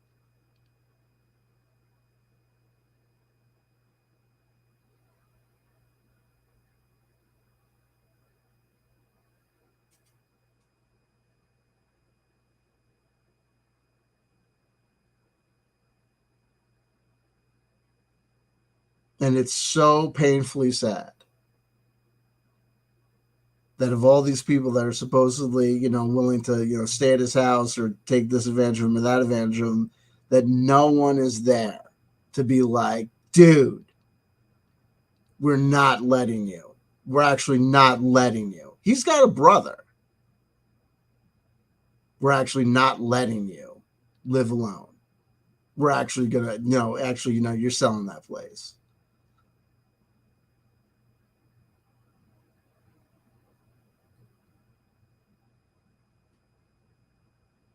You're staying at the bunker. Whatever.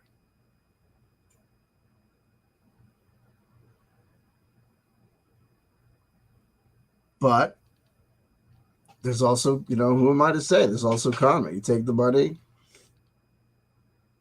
the money gets taken. It's recycled. And the saddest thing of all is that a lot of this money that's given to David in the name of one love of the infinite creator, it's going to end up in government coffers probably. It's going to end up with tax lawyers, with IRS things, with this, that, the other thing. Things 100% not attached to anything in any way, shape, or form attached to love, light, true golden age, new age opportunities. KGB.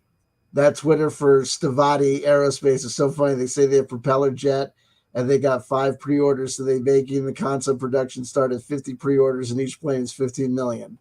Makes sense. That's how you do it. Rooster Rubato. Isn't there some government entity that oversees people asking for money for charity? You know what I mean? There are supposed to be several. It is just tough to maintain. We were talking about when him and his wife were talking about whatever organization they had being a 501c3 charitable organization. We were just saying that you're going to run into IRS problems one day. That was years and years ago. You know what I mean? Trust me. Trust and believe. Hey, hold on. You're a weed dealer? Isn't there a government organization that's supposed to find and prosecute people for growing cannabis and distributing in the United States of America? Yeah. Fuck you. Do you know what I mean? Yeah, you know what I mean? Yeah, absolutely. Guess what?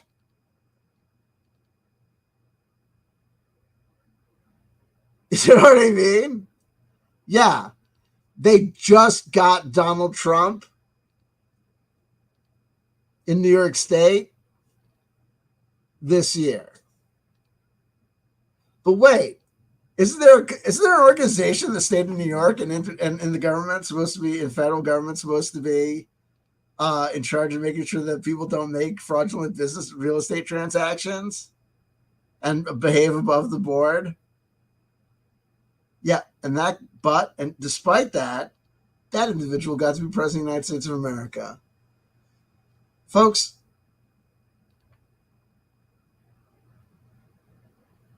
I hate to be the bearer of bad news.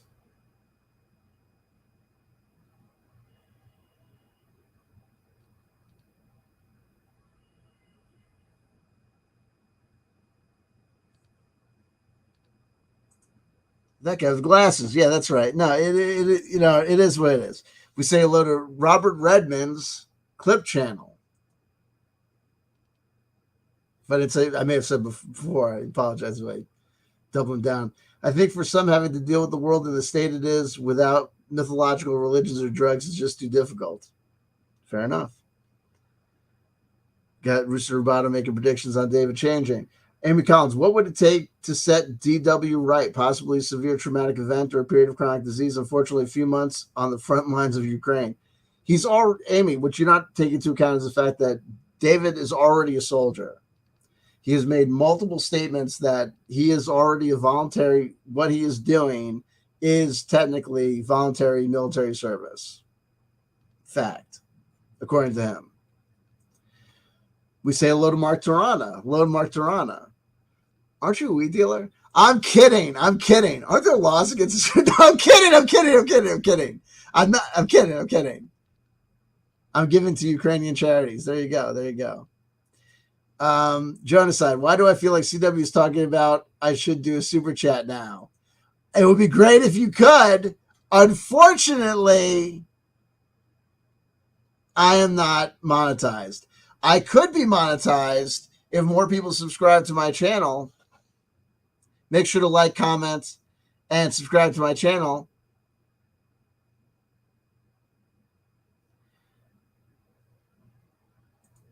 Wilcock has allegedly lost his fortune on this hover car fantasy. Mark Tarana, you're a little late to the. No, wait.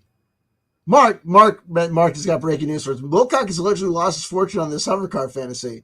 No shit, really? Okay, folks, we got to restart this video. Mark, I've been proceeding with the thesis that Wilcock actually been making a ton of money on this hover car fantasy. I'm kidding. I'm busting your balls. Speaking of busting your balls, I know you normally don't do this, but if you could break up that eighth. I'm kidding. I'm kidding. I'll take the full low. I'm kidding. Come on. I'm joking around. KG Bucky, what happened to people claiming they were time travelers? That was always fun. We had like 4 John Teeters. You can't predict the future anymore. We're there. Time has stopped. You can't predict what? Who are you going to call? Art Bell?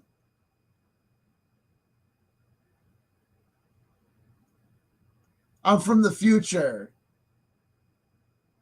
Trump, who are you going to call? You can't, no, forget about it. Get out of here.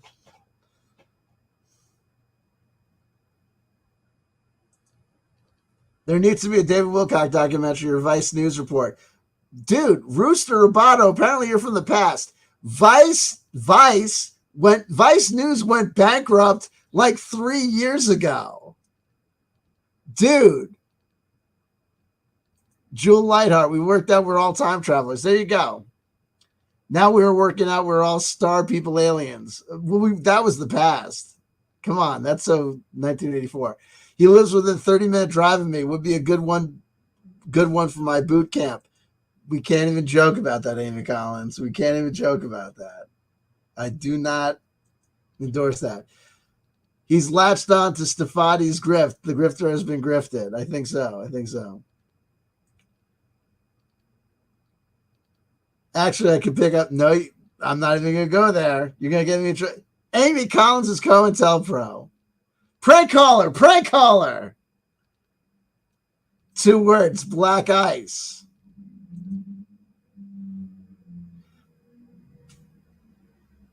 What was that song? The one about jazz. Vice has a YouTube channel.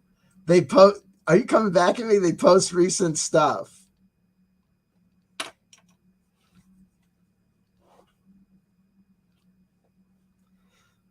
Well, shit on me. Meanwhile, you want to predict the future? Let me tell you something. Let me tell you about my new system.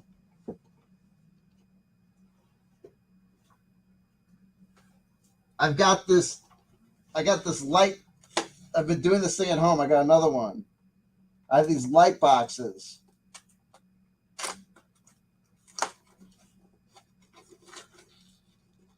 Hey.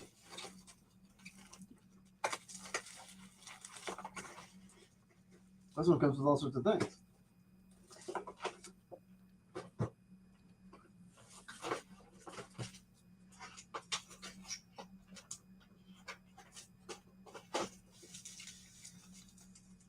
Because I make these notes on these, especially when I make them on this graph paper. Then I layer them on top of each other.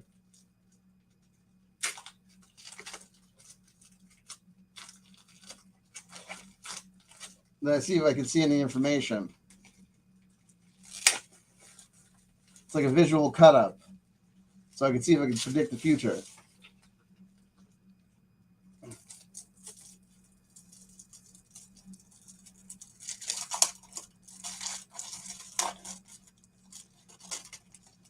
So if I take all the ones from Wilcock,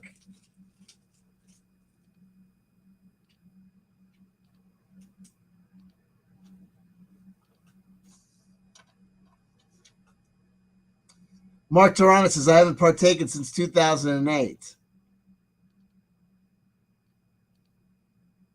Well, then I apologize.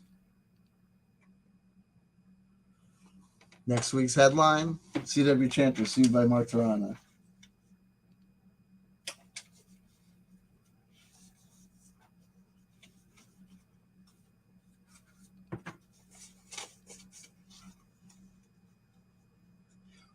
Was 2008 the year that this? Is that the year that they released Black Eyes?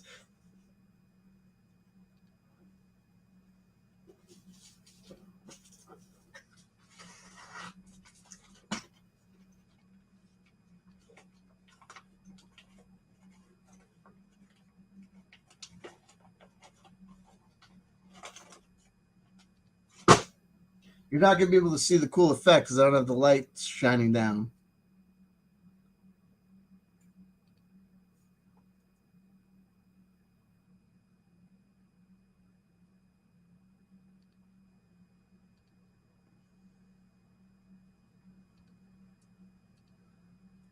Not a problem.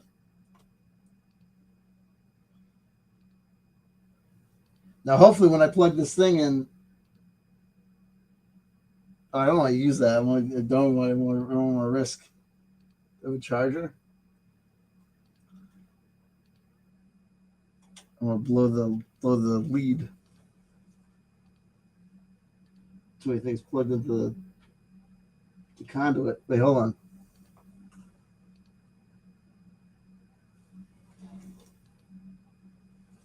Bear with me. Welcome to the House of Jazz. That was it, right? The House of Jazz. Welcome to the House of Jazz.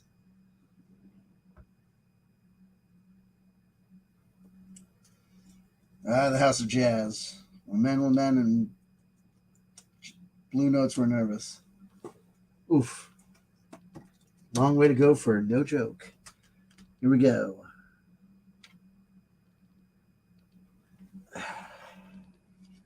Now, what's going to happen, folks, is nothing.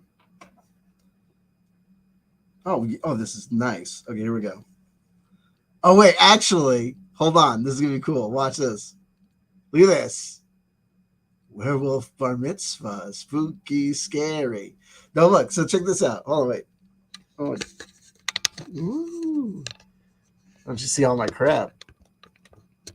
Doxed myself. Anyway, here we go. This is kind of cool, though. Hold on. Wait. Ooh. Well, but I don't want to dox myself. I want to make sure I'm not showing you anything. Growing out of shower. Anyway. No. Pay no attention to the man behind the screen. Just only look at the screen. This thing. And I'm just revealing all sorts of private shit. I just know. Be like, oh, look, my credit card number is out there. Anyway. Check this out.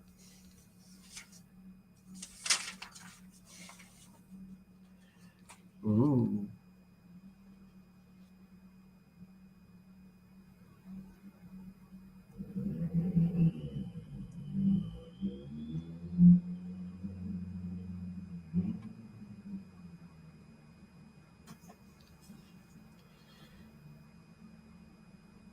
Wait, I gotta look at it. You don't have to look at it.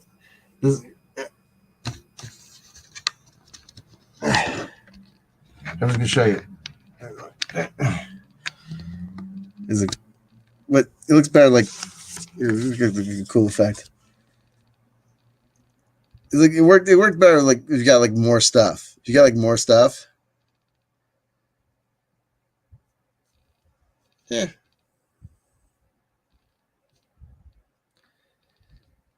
We're supposed to have you have more than. Anyway, let me do this.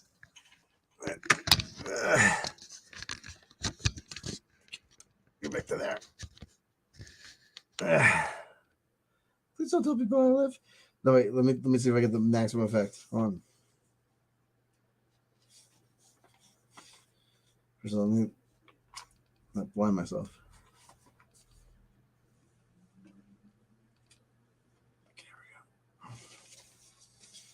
So I put down the. So what happens is I run on both sides of the page, and then I put more pages on top of it.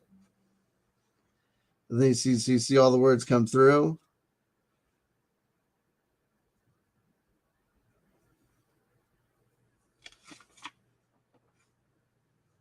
You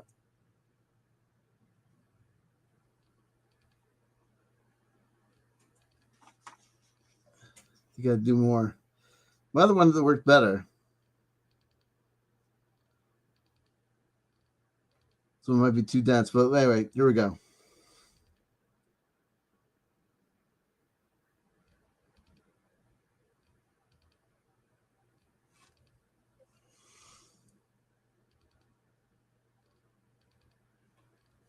All right. Try it this way.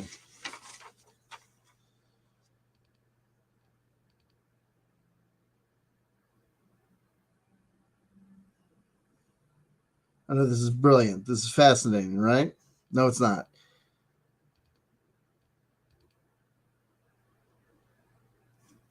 These ones are very dense. I had ones previously that were like the writing wasn't as dense, so I think that made a better effect. Oh wait.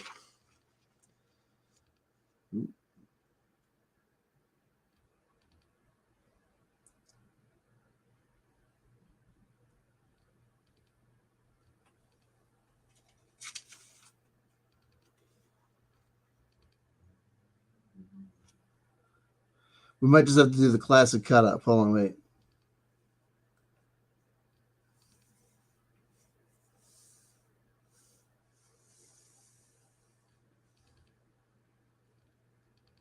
The theory was that I'd be able to look. Okay, we're just gonna do a classic cut up. Hold on, let me just. Ooh, dims. Oh wait. Turn off. Turn off, is it? I think turn off. All right, let's just do this. Let's try an alternative. Here we go.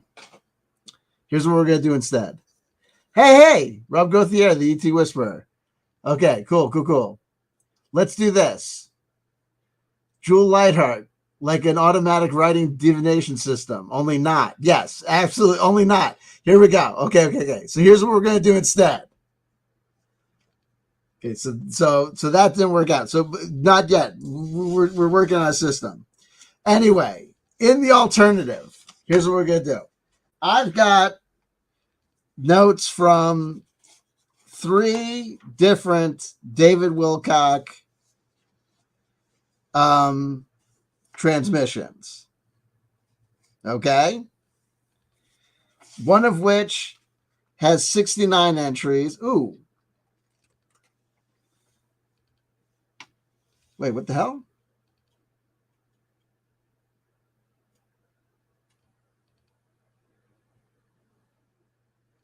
How the hell did that happen?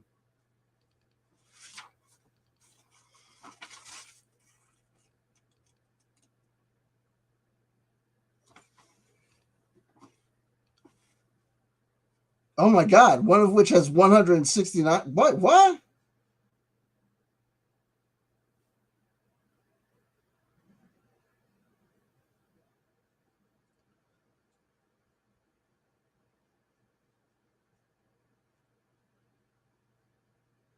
Okay, well, we screwed up the number in that one. One of which has over 100 and something entries. One of which only has 12 entries, and one of which has 45 entries. So I'm going to get a 12-sided die. I'm going to roll it 3 times. Okay? Jewel Lightheart, obsessed much. We have to see it through to the end.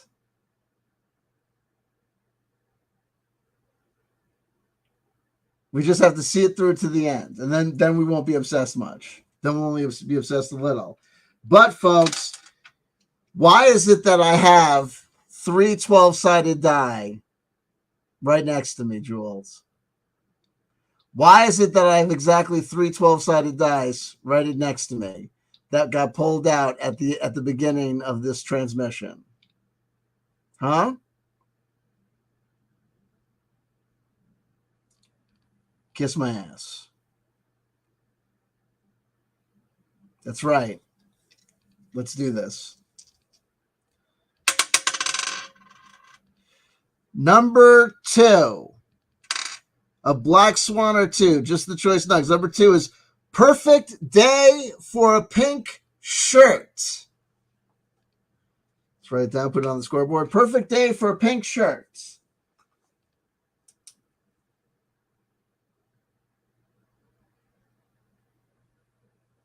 Perfect day for a pink shirt.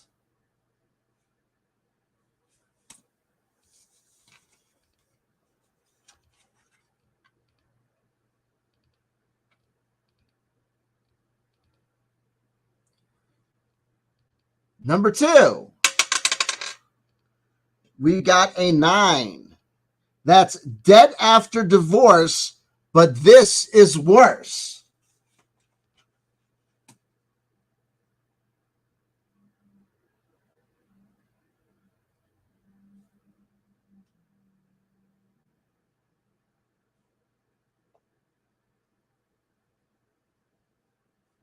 Folks, we're going to end up doing this as a cut up. We're going to put these words into a cut up generator and we're going to generate a cut up. Let me tell you something.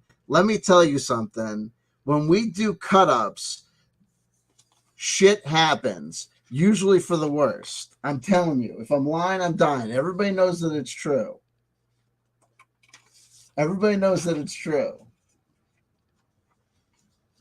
Last one, folks. 7. Remember, we had a 2. What was that last one? We had a 2, a 9, and a 7. For those who want to keep track of the numbers, let's keep track of those numbers. There was a 2, 9. This last one's going to be a 7. Number 7 on this one is secret benefactor had to send an emergency check.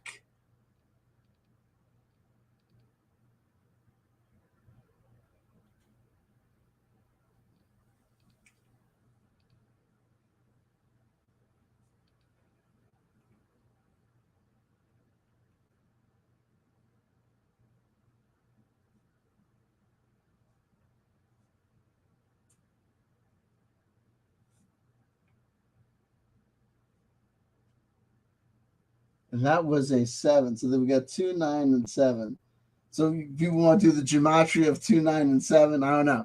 So we've got perfect day for a pink shirt, dead after divorce, but this is worse. Secret benefactor had to send an emergency check.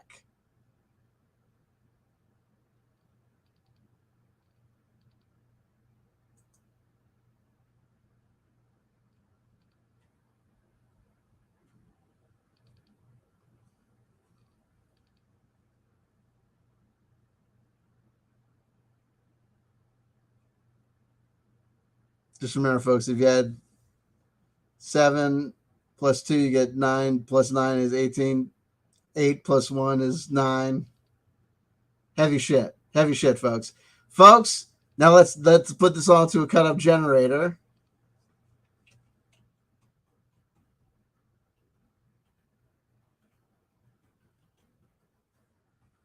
Remember, our original lines were perfect day for a pink shirt, dead after divorce, but this is worse. Secret benefactor had to send an emergency check.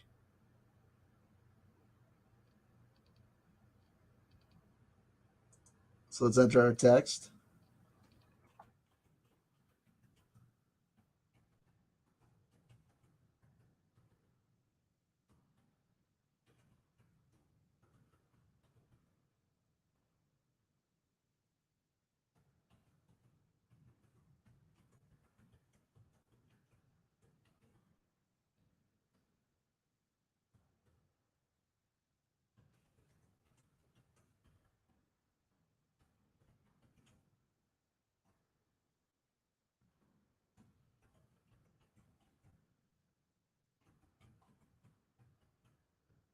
Sorry about the dead air.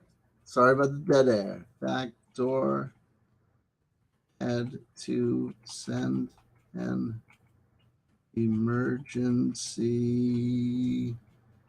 check. Okay. Perfect day for a pink shirt. Dead after divorce, but this is worse. Secret benefactor had to send an emergency check. And we cut it up and we get debt after but to and day benefactor check divorce had worse perfect secret send shirt is pink this for emergency. Debt after but to a and day benefactor check divorce had worse perfect secret send shirt is pink this for emergency.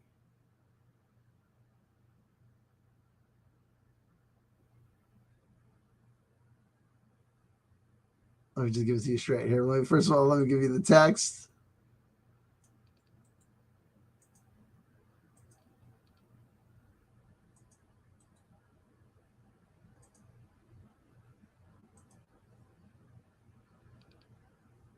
There's our first original. Perfect day for a pink shirt. Dead after divorce, but this is worst. Secret benefactor had to send an emergency check. Okay, so we're going to lose money today unless we wear a pink shirt. I don't know. Let me get to it. There we go. Debt after. I mean, I'll tell you what my interpretation is. Here we go. Copy. We're going to paste. I'll tell you what I think. See, there's different ways to work with cut ups. Some of it is like black box. You just take it as is and you don't change anything about it.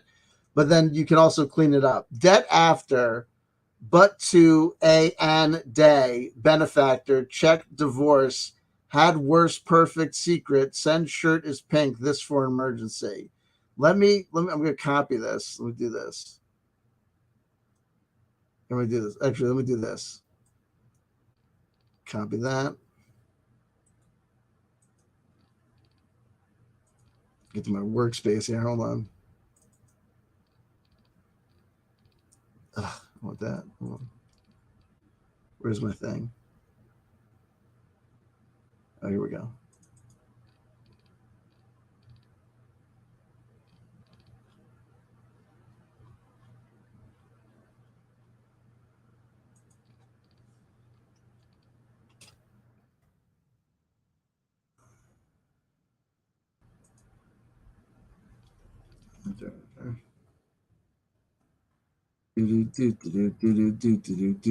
This sucks. Here we go.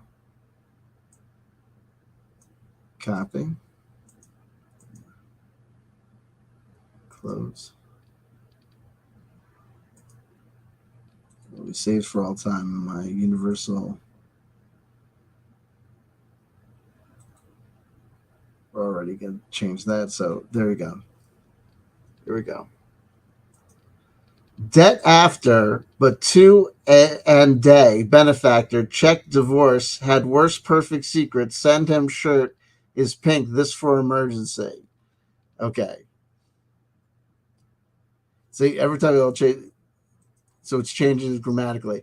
Okay, debt after, but to a day benefactor check divorce had worse perfect secret send shirt is pink this for emergency. Now we're getting clear. Okay, so here we go.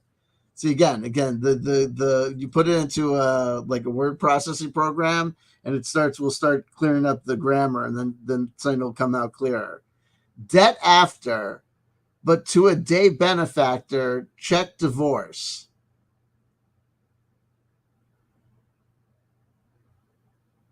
Debt after, but to a day benefactor check divorce. So you're going to have a debt. There's going to be a debt after, but to a day benefactor check divorce. So you might want to get divorced from a benefactor. Had worse perfect secret. So you had a perfect secret, but it was the worst one. Send shirt. Send shirt is pink. This for emergency. So you need to send a shirt, and it needs to be a pink one You need to send a pink shirt for an emergency. So debt after, but to a day. Benefactor, check divorce. It's definitely a debt. So there's debt after, but to a day benefactor, check divorce.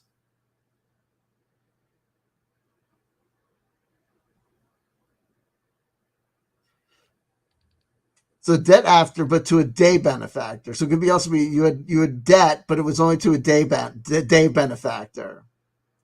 Check divorce.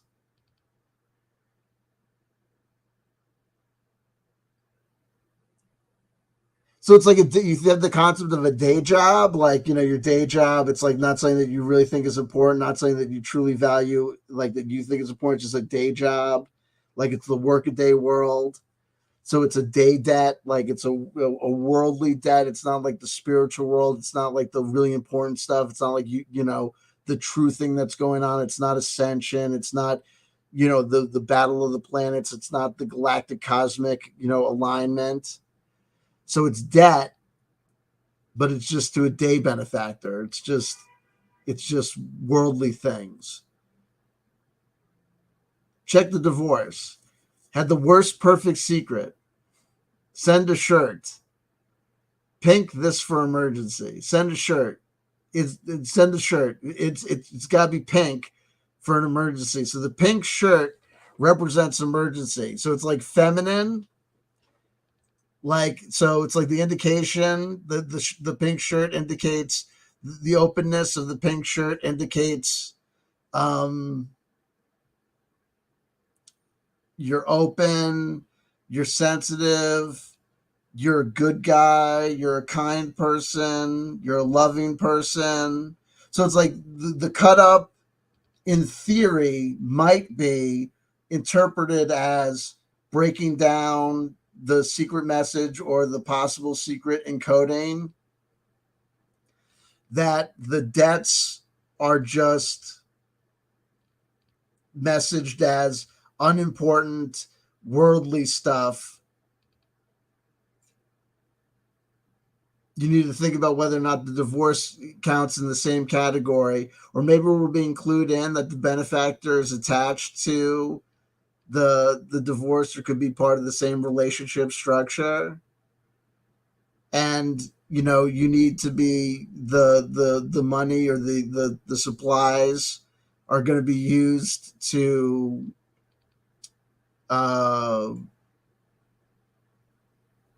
acquire things like the pink shirt that are used or utilized, or possibly could be used or utilized to message or to manipulate or send messaging to communicate or get more stuff. I don't know. Could that be it? Yeah.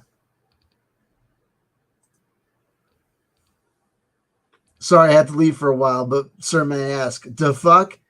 It's a pill that gives worms to ex-girlfriends. Oh, snap. Lauren Henson, I'm wearing a pink shirt.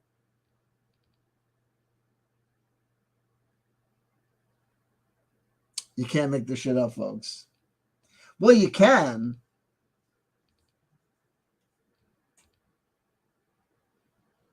You can. Here's Reamsey. Perhaps the debt was from a divorce. It's possible.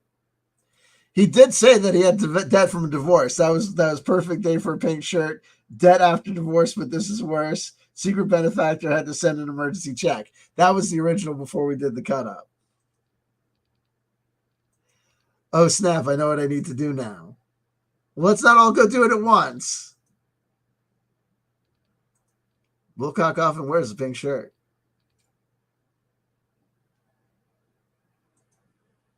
And Wilcock got divorced from his own benefactor.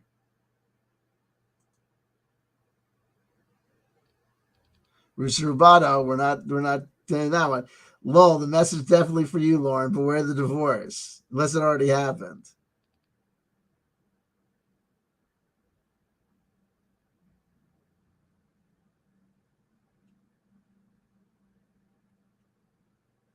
What if we go for two? Here's what we're gonna do.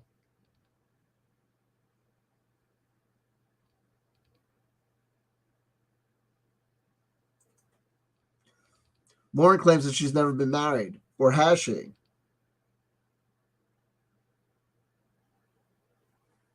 Are you in debt? It's incredible. You know, he did a cut up of my divorce decree, and it predicted that my decree would be divorced. It was insane. Okay, so we have a tarot card from 2003 then to pull for clarification.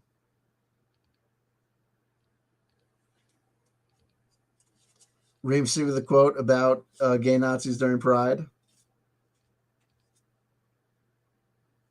Well, we're all a little bit Irish during Pride Parade month,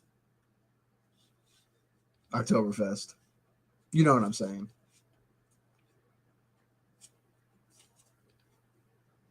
My pink shirt has the X-Men on it. It protects me from divorce. Did David Wilcock tell you that? Anyway, joking. Slightly off topic. How could you be that? Slightly off topic, but I'm looking through the house for anything pink. I honestly can't find anything. There you go. Take care, Rob. Take care. We're all a little gay in Pride Month. There you go. The reason that we're here. Here we go. Oh, snap. King of Pentacles.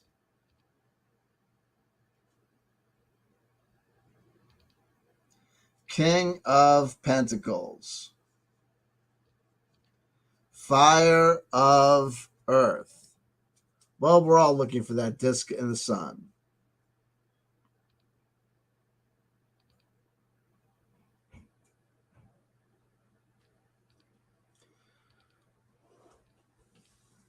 Fire of Earth. King, Lord of material possessions. We're talking about financial benefactors.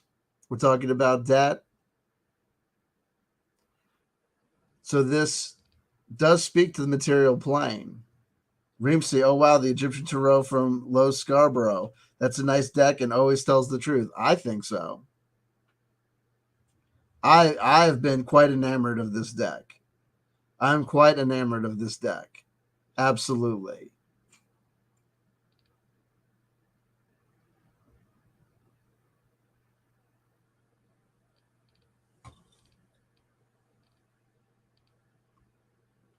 And again, it's Fire of Earth. So we have the King.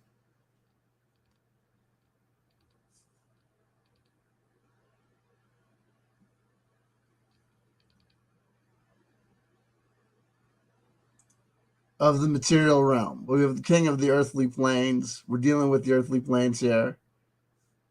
Debt after, but to a day benefactor. Oh, here we go. Let me get. Here we go. Where did I have my better written up version of it? Here we go.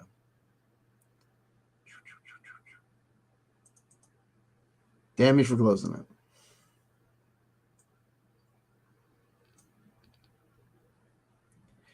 Debt after, but to a day benefactor, check divorce. Had worst perfect secret. Send shirt is pink. This for emergency. Well, we could see this definitely. We could see this king as a day benefactor. Debt after, but to a day benefactor, check divorce. You might want to check to make sure that you're not divorced from your day benefactor, that we're not divorced or separated from the King of Pentacles.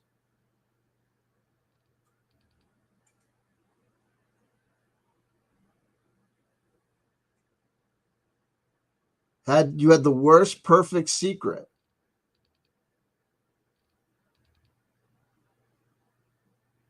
It was the perfect secret that can do us in. Send shirt. Pink, this for emergency. Got to put on the pink shirt for an emergency. He does often wear a pink shirt, and he often, when he's wearing a pink shirt, makes reference to the pink shirt and explains the pink shirt. Tells you why he's wearing a pink shirt. Tells you the pink shirt was called for. He had a reason for it. It was sizzly, salacious. There was a need for it.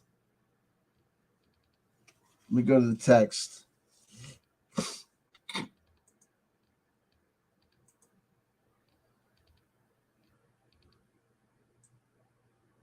Woo.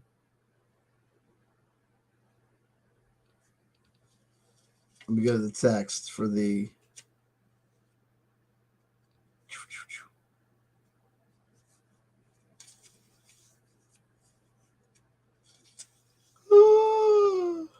Apologize.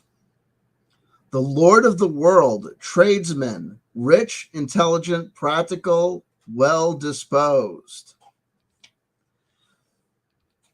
Definitely aspects that we don't necessarily see displayed by Wilcock at this current temporal manifestation, but aspects that he would, and I, and anybody would benefit from. That reading, that cut up, is not designed to diagnose any problem with David or with ourselves. It's designed and was executed as part of our interaction with the cosmic energies that we share with David. That's it. It's a game, and we're all playing. I love you, I love you, I love you. And if nobody told you they loved you today, somebody just did. That somebody's CW Chanter. And I love David Wilcock.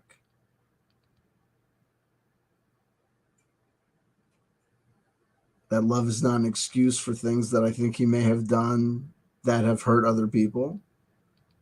And it's not love given to him in deference to pain that other people may feel that was caused to them by things that David Wilcock may have done. And I acknowledge that people may feel pain by the actions that things that I may do and have done. We're all human beings. And we're going from point A to point B. Hopefully in compassion and in kindness. But talk is cheap. And I will say to David, you often talk about love and acceptance and the law of one. If you call people trolls, you by definition are dehumanizing them. If you say that the only reason that someone would be critical of you is if they've got some negative intent or they're behaving in this way or that way, you are discounting and saying that there's no legitimate reason why anyone would possibly or could ever possibly have a problem with you or would want to criticize you. If you really think that about yourself, I got to tell you something, brother. You're wrong. Nobody is above criticism or critique.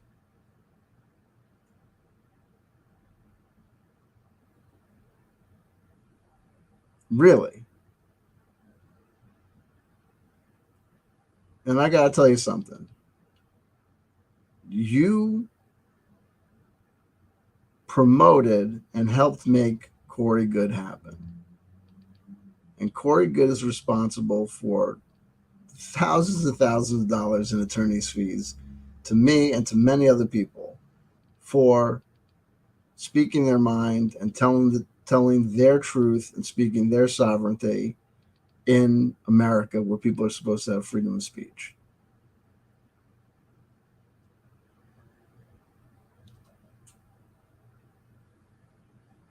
If you can't accept your responsibility for certain things,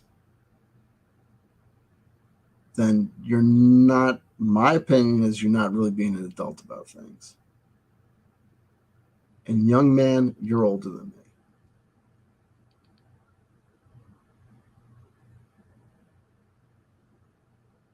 And I do love you.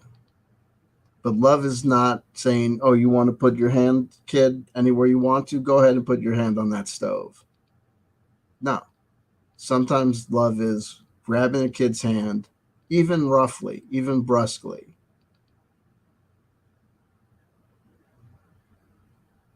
and pulling it away and not allowing you to do whatever the heck you want. Well, you want to get behind the wheel of that Trans Am 4 or 5 beers in? No.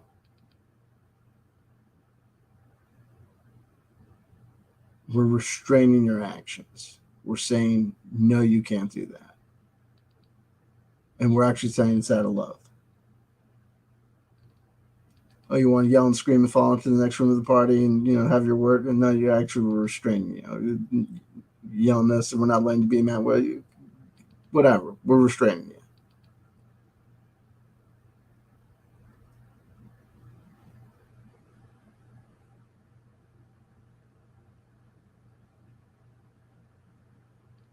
It is what it is. And there's some things about which people have differences of opinions, but at a certain point, I do have to point out the fact that despite that there are certain people that want to act like C.W. Chanter, Benjamin Isavodnik is the world's biggest a-hole, I got to tell you this. The world's biggest a-hole has been correct more times on this side of the ledger line than certain people on the other side of the ledger line have been correct. And y'all can deal with it. Or y'all can continue to be in denial and watch your lives fall further and further down the trash trap. Because if the emperor has no clothes, if the $1 million investment is actually just a Ponzi scheme, you can keep on investing in it, you're going to lose your shirt.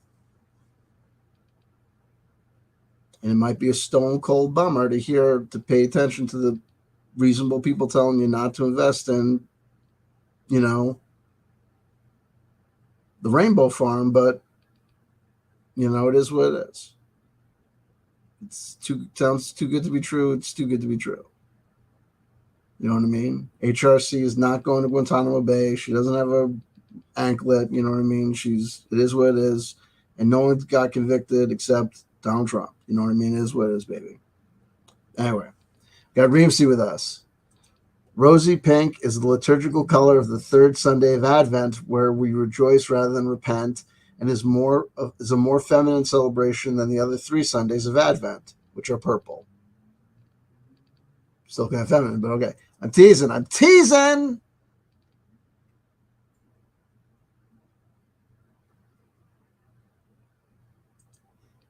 Lauren Henson says CG's the nonsense fountain that began my exodus from Woo. There you go. As they say, David, karma's a bitch. Absolutely. You know who else says the karma's a bitch? Jojo Siwa. Perhaps it would be nice to send the emperor a pink shirt. It would be. But then again, tops and no bottoms is the worst look for a man. Lose your pink shirt. That was going to be the name of my next album. Anyway, until then, I love you, I love you, I love you. If no one told you they loved you today, someone just did. That someone is C.W. Chanter. Make of that what you will, because you will. And until the next time, we'll hang out to yourselves. And you know what I mean? Don't let the bastards get you down and blah, blah, blah. And keep on rocking the free world. And we'll see you next time. And don't forget to support me on Patreon. Join my Patreon. Even if you don't join to pay up, you still join free. And I do some of the stuff there free. Blah, blah, blah, blah, blah. And subscribe to all my channels. And feel free to give me money on PayPal. Why not? I got bills. I got the attorney's fees. And if you can't afford to give me anything, that's fine. Just give me love. Show me love. Show me love. Damn.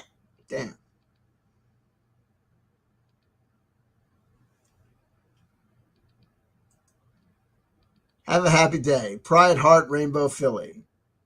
Damn. Okay.